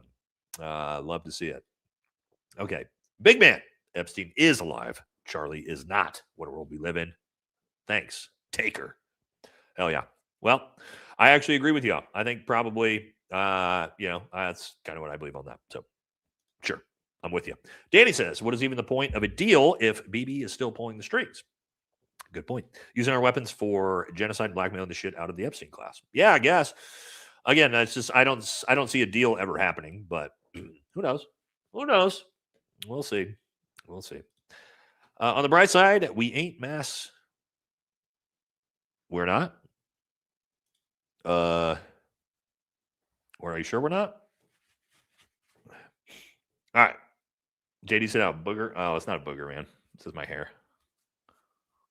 I think we're good, right? Oh, yeah, that's just hair. That's just my mustache. We're good. No, it's just my JD texted me. He said I have a booger in my mustache. That's just my hair. I got blonde hairs mixed in, so sometimes it looks that way. Okay. That's the homie right there. That's how you have good friends. You have good friends that watch the stream and will text you to make sure you don't look silly. That's the homies right there. Okay, let's keep moving.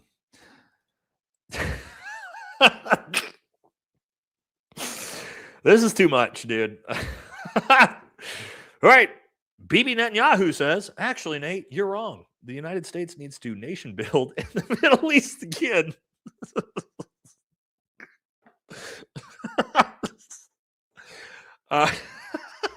Sorry, I don't know why this is making me laugh so hard. Having here. Oh, because the comments are super funny too. Okay. Let's keep moving, man. Fucking shit, dude. Oh my God, dude. All right. You guys are brutal. Nate, how many Kofefi drinkers does it take to screw in a light bulb? The answer might tell us how many MAGA to send to Iran. I don't know. I don't know. I don't know, dude.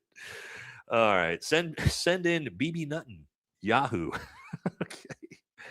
Katie, what's up, Katie? Katie says, did you see the reporting that Iran had senior psychologist on their negotiating team because Dementia Don was acting so crazy in his communications with them?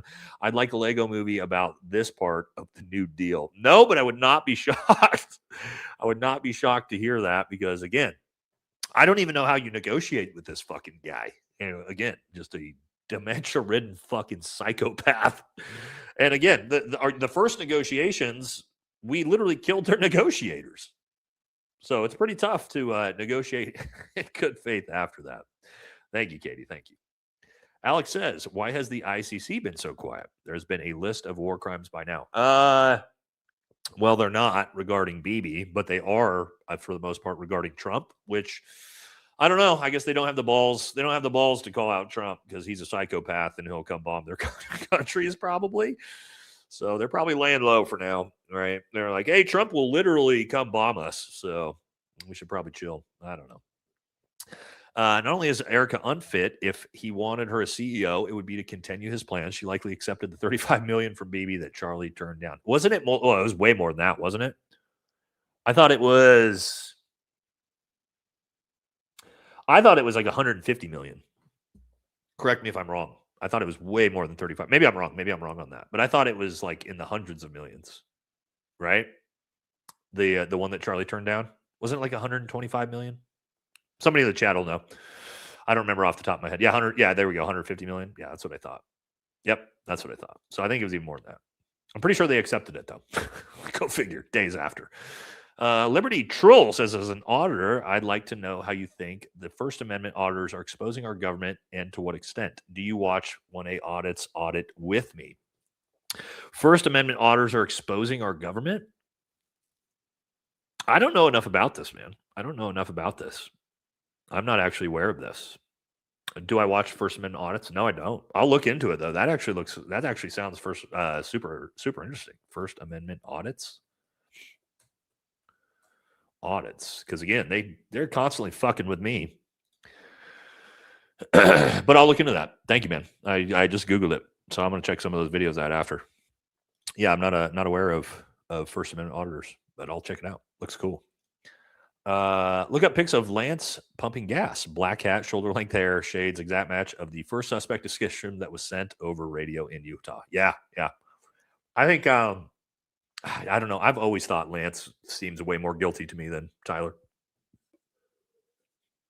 But again, I don't know. But as for which one is more of a, which one reeks more of like an MK Ultra Patsy to me, it's Lance. But who knows?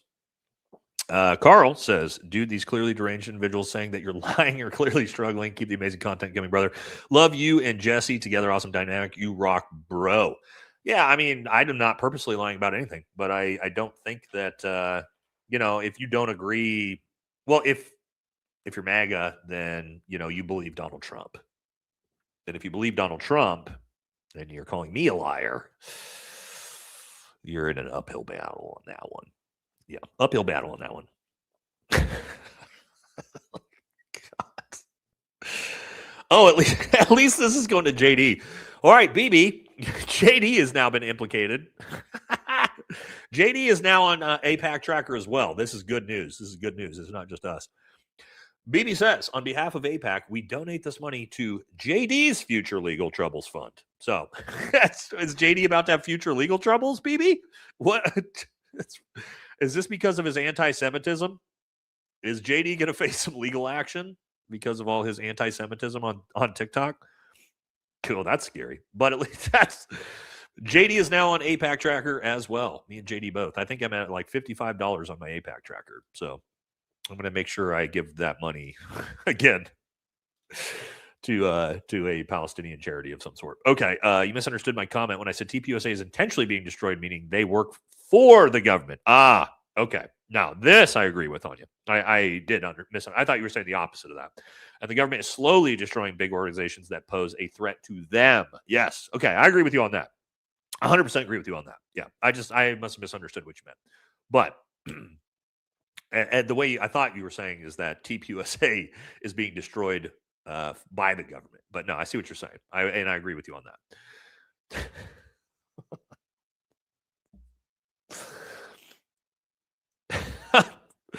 BB Netanyahu says, how much gotta donate for you to endorse the war in Iran? Well, BB, it's a lot more than $65. A lot more than $65, okay? You're gonna need to up those numbers, baby. Appreciate you, though. Thank you for being such a staunch supporter of the channel. So we got that going for us. But yeah, it's going to cost you a lot more than $65, brother. But I appreciate you nonetheless. Okay. Hey, Trump rumored to be sending ICE to New York. And yeah, we're going to talk about this on Tuesday. Yep.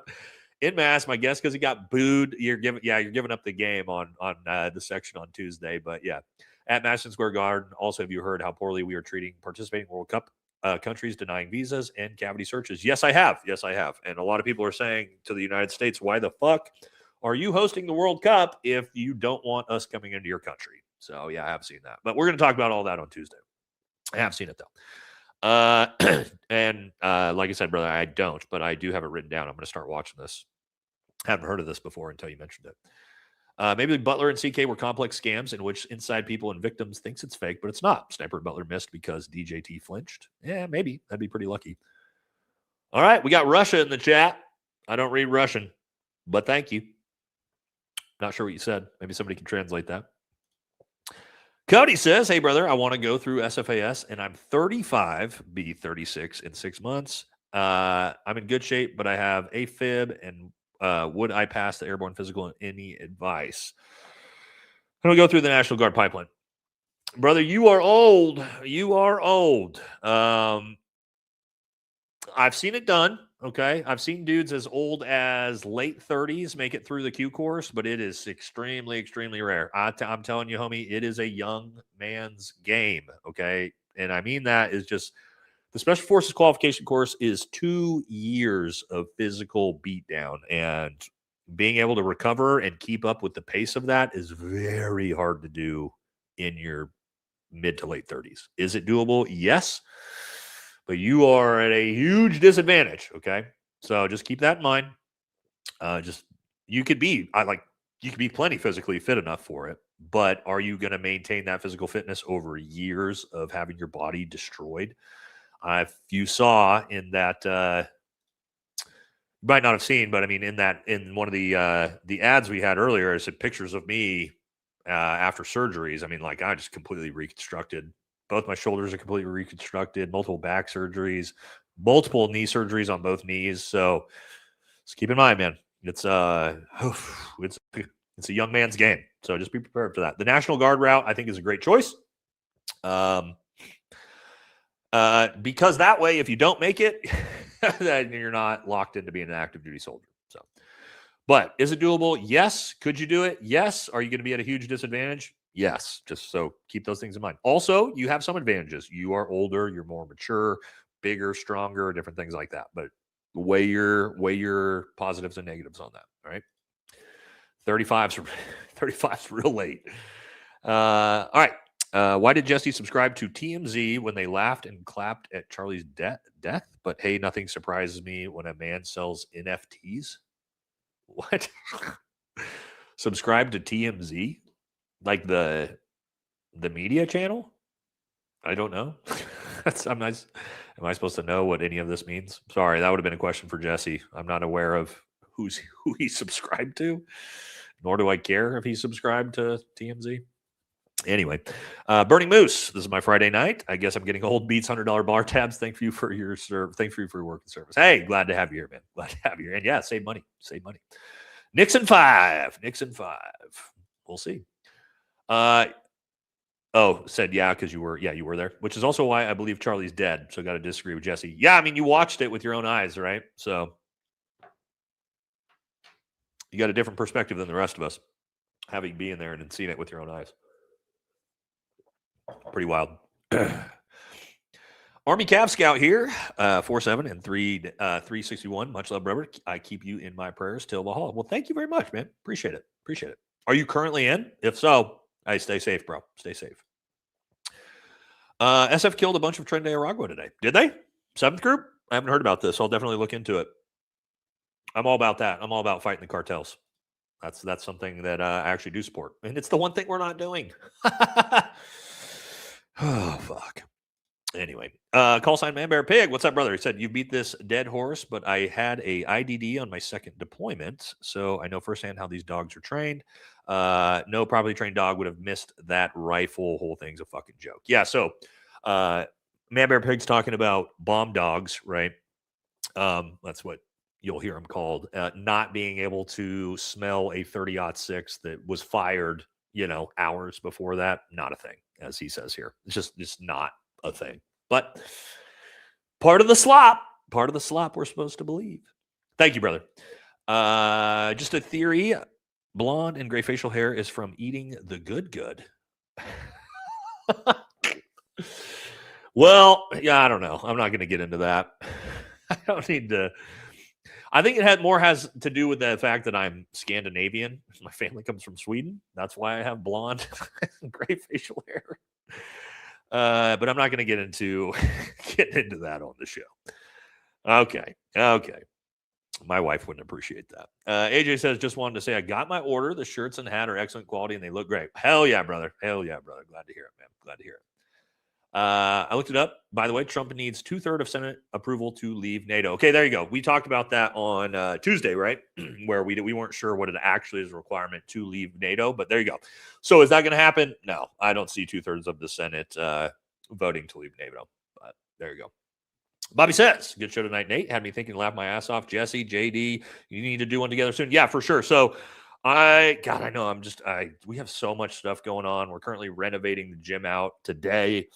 And then I'm trying to get the second part of the podcast studio set up. And so we can start doing the in-person guests, which again, JD be the first one for that because he lives down the street. But we're working on it.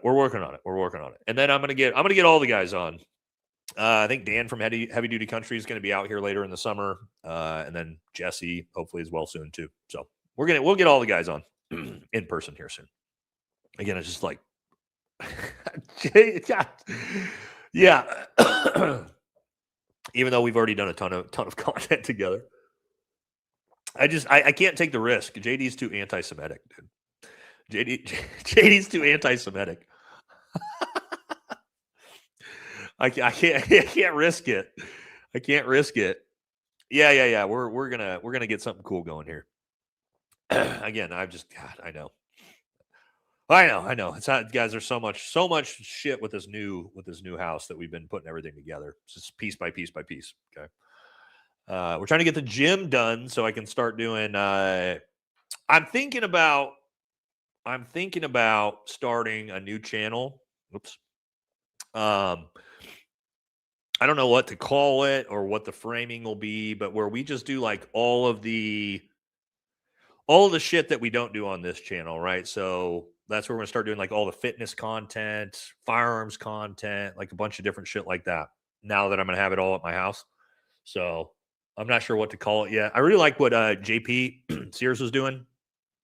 Let me show you his new channel. Not that I'm going to like steal his idea, but I think it's a really cool channel, and I think it's really relevant. What's his new? What is it called? It's not Awaken with JP. The Better Man Project. That's what it is. This is a really cool idea. Better Man Project. Here we go. Also,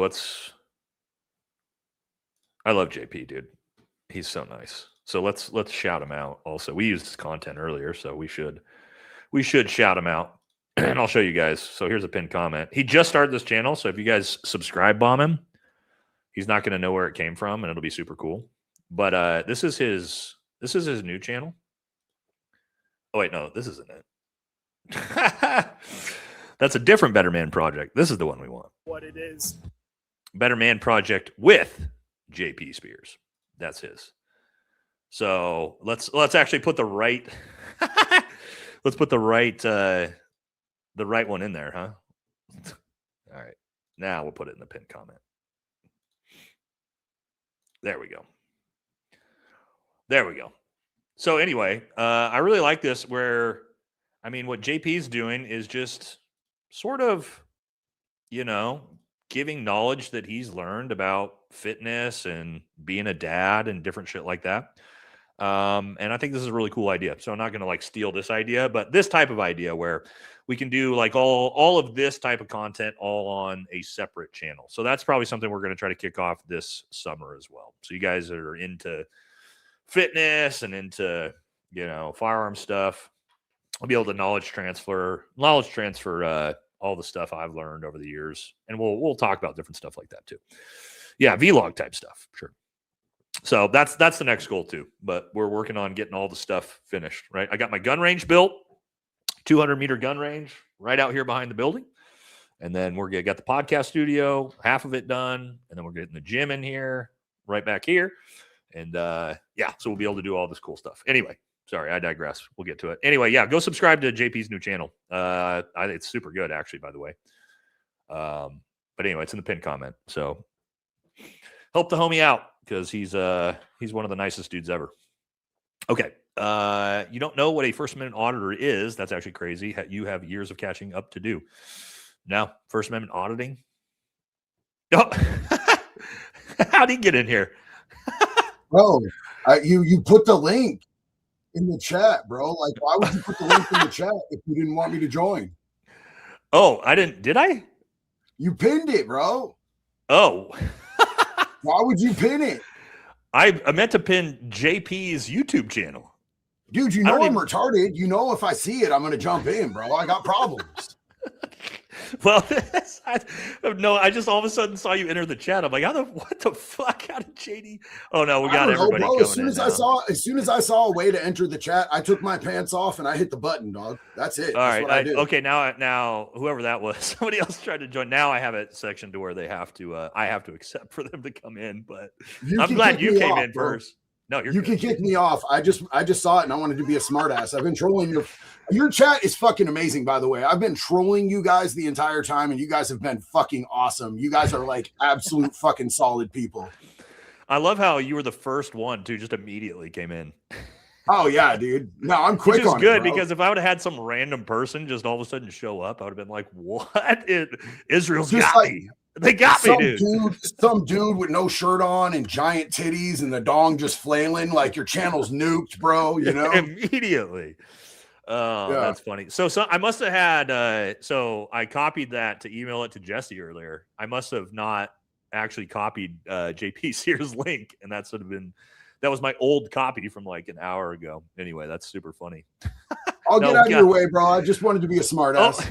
I don't know who this is. Somebody else is coming in. That shit's lit, dog. All right, we gotta get this one wrapped up because it's gonna spiral. I'm out, bro. I appreciate you. All right. Anyway. All right, guys, we're almost here. That's super funny, actually. All of a sudden, I just saw JD enter the chat. I was like, "What the fuck is going on?" Okay, my bad, guys. That's funny. All right. Have you seen MSNBC ask Graham about his sexting comparison to Epstein in insane mainstream media trying to take him down? Yeah. Look, so he was sexting some girl years ago, like completely consensual adult relationship. I don't know why I'm supposed to be upset about that. Sorry. Seems a little silly. All right. PBD co-host Vinny said in an old video he was kicking. Yeah, that dude's full of shit. He's a fucking liar. Stolen valor, 100%. Look up his service. He was only an Air Force MP who never deployed. Yep, he's full of shit. He's a fucking liar. Just like everybody on that podcast is. They're all grifters and liars, including Vinny. Yeah, little stolen valor chud. If you've seen this, Vinny, yeah, sorry. Green Beret's calling you out. That's the way it goes. I'm late. Did I miss the midgetlings portion? No, we forgot to do that. So I'm going to do that Tuesday. I'm going to show you. I'll bring the videos of me and JD at that Tuesday. I forgot to do it. 6 Mom said, okay, everything is a mess. So let's look at something good. How's the new property? Well, we were just talking about that. Are you loving it? Still no goats. Thanks for what you do, Nate. Aloha from Kauai. Yeah, it's been fantastic. It's a lot of work. But again, we're grinding our way through it, and we're almost on the back end of having everything set up. So we got the second part of the podcast studio here to finish. I've got a lot of the stuff. We got the new microphones, lighting, different stuff like that. I just need to get it all put together, and then the gym's being renovated right now. We are putting in concrete, and then we're going to start doing it. All right. Thank you, Sixes Mom. Appreciate you. All right. Do you think the e-files release might actually drain the swamp? Hollow for all the work. No. It's doing nothing. There's zero accountability. Not a single person's been arrested. It basically is just we talked about this earlier. It's just them bragging. They're just bragging about it at this point. No, I don't. I don't think there will be any accountability. Will Patrick Bet David ever be held accountable for his alleged pyramid scheme called PHP and the Goliath Venture scandal exposed by CoffeeZilla? I don't know anything about his insurance business other than what I've seen from content like this. Apparently, it's a giant pyramid scheme. I don't know enough about it, but would not be shocked. So, but again, I don't know any more than you do based off of just the stories I've seen on it. John says, have you looked into the bricks and minifigs debacle going on with the exposure in the corrupt police force in Utah? I haven't heard about this. Seems to be a running gag on how, well, dude, Utah is one of the most corrupt states in the country. A lot of people don't know that. And especially their police force. I learned about how corrupt Utah's police department is through the Mike Glover situation. And the Utah Police Department is Utah's law enforcement. Sorry if you're a law enforcement officer in Utah, but insanely corrupt, the shit they got going on over there. I didn't realize how corrupt Utah was until I started learning about some of that stuff. But yeah, Utah's wild when it comes to corruption. Red Devil says, supporting the find a cure for cucks with puss nuts. Oh, God, we still got people trying to come in. Oh my God. I'm just going to ban you guys if you come in here. Wait, what's going on? Is that not taking you guys to, why is this, is that link still not right? Oh, it's my StreamYard link. Why didn't you guys tell me it's just still sitting there? It's supposed to be this. Where is it? There we go. What the fuck? I've just had it just pinned there this entire time. That's hilarious. Why didn't you guys tell me that? Oh, you did? You guys did tell me? Now the pinned comment is JP's YouTube channel, right? Is that taking you to JP's YouTube channel now? Yes, now it is. Okay. You guys did. Yeah, my bad.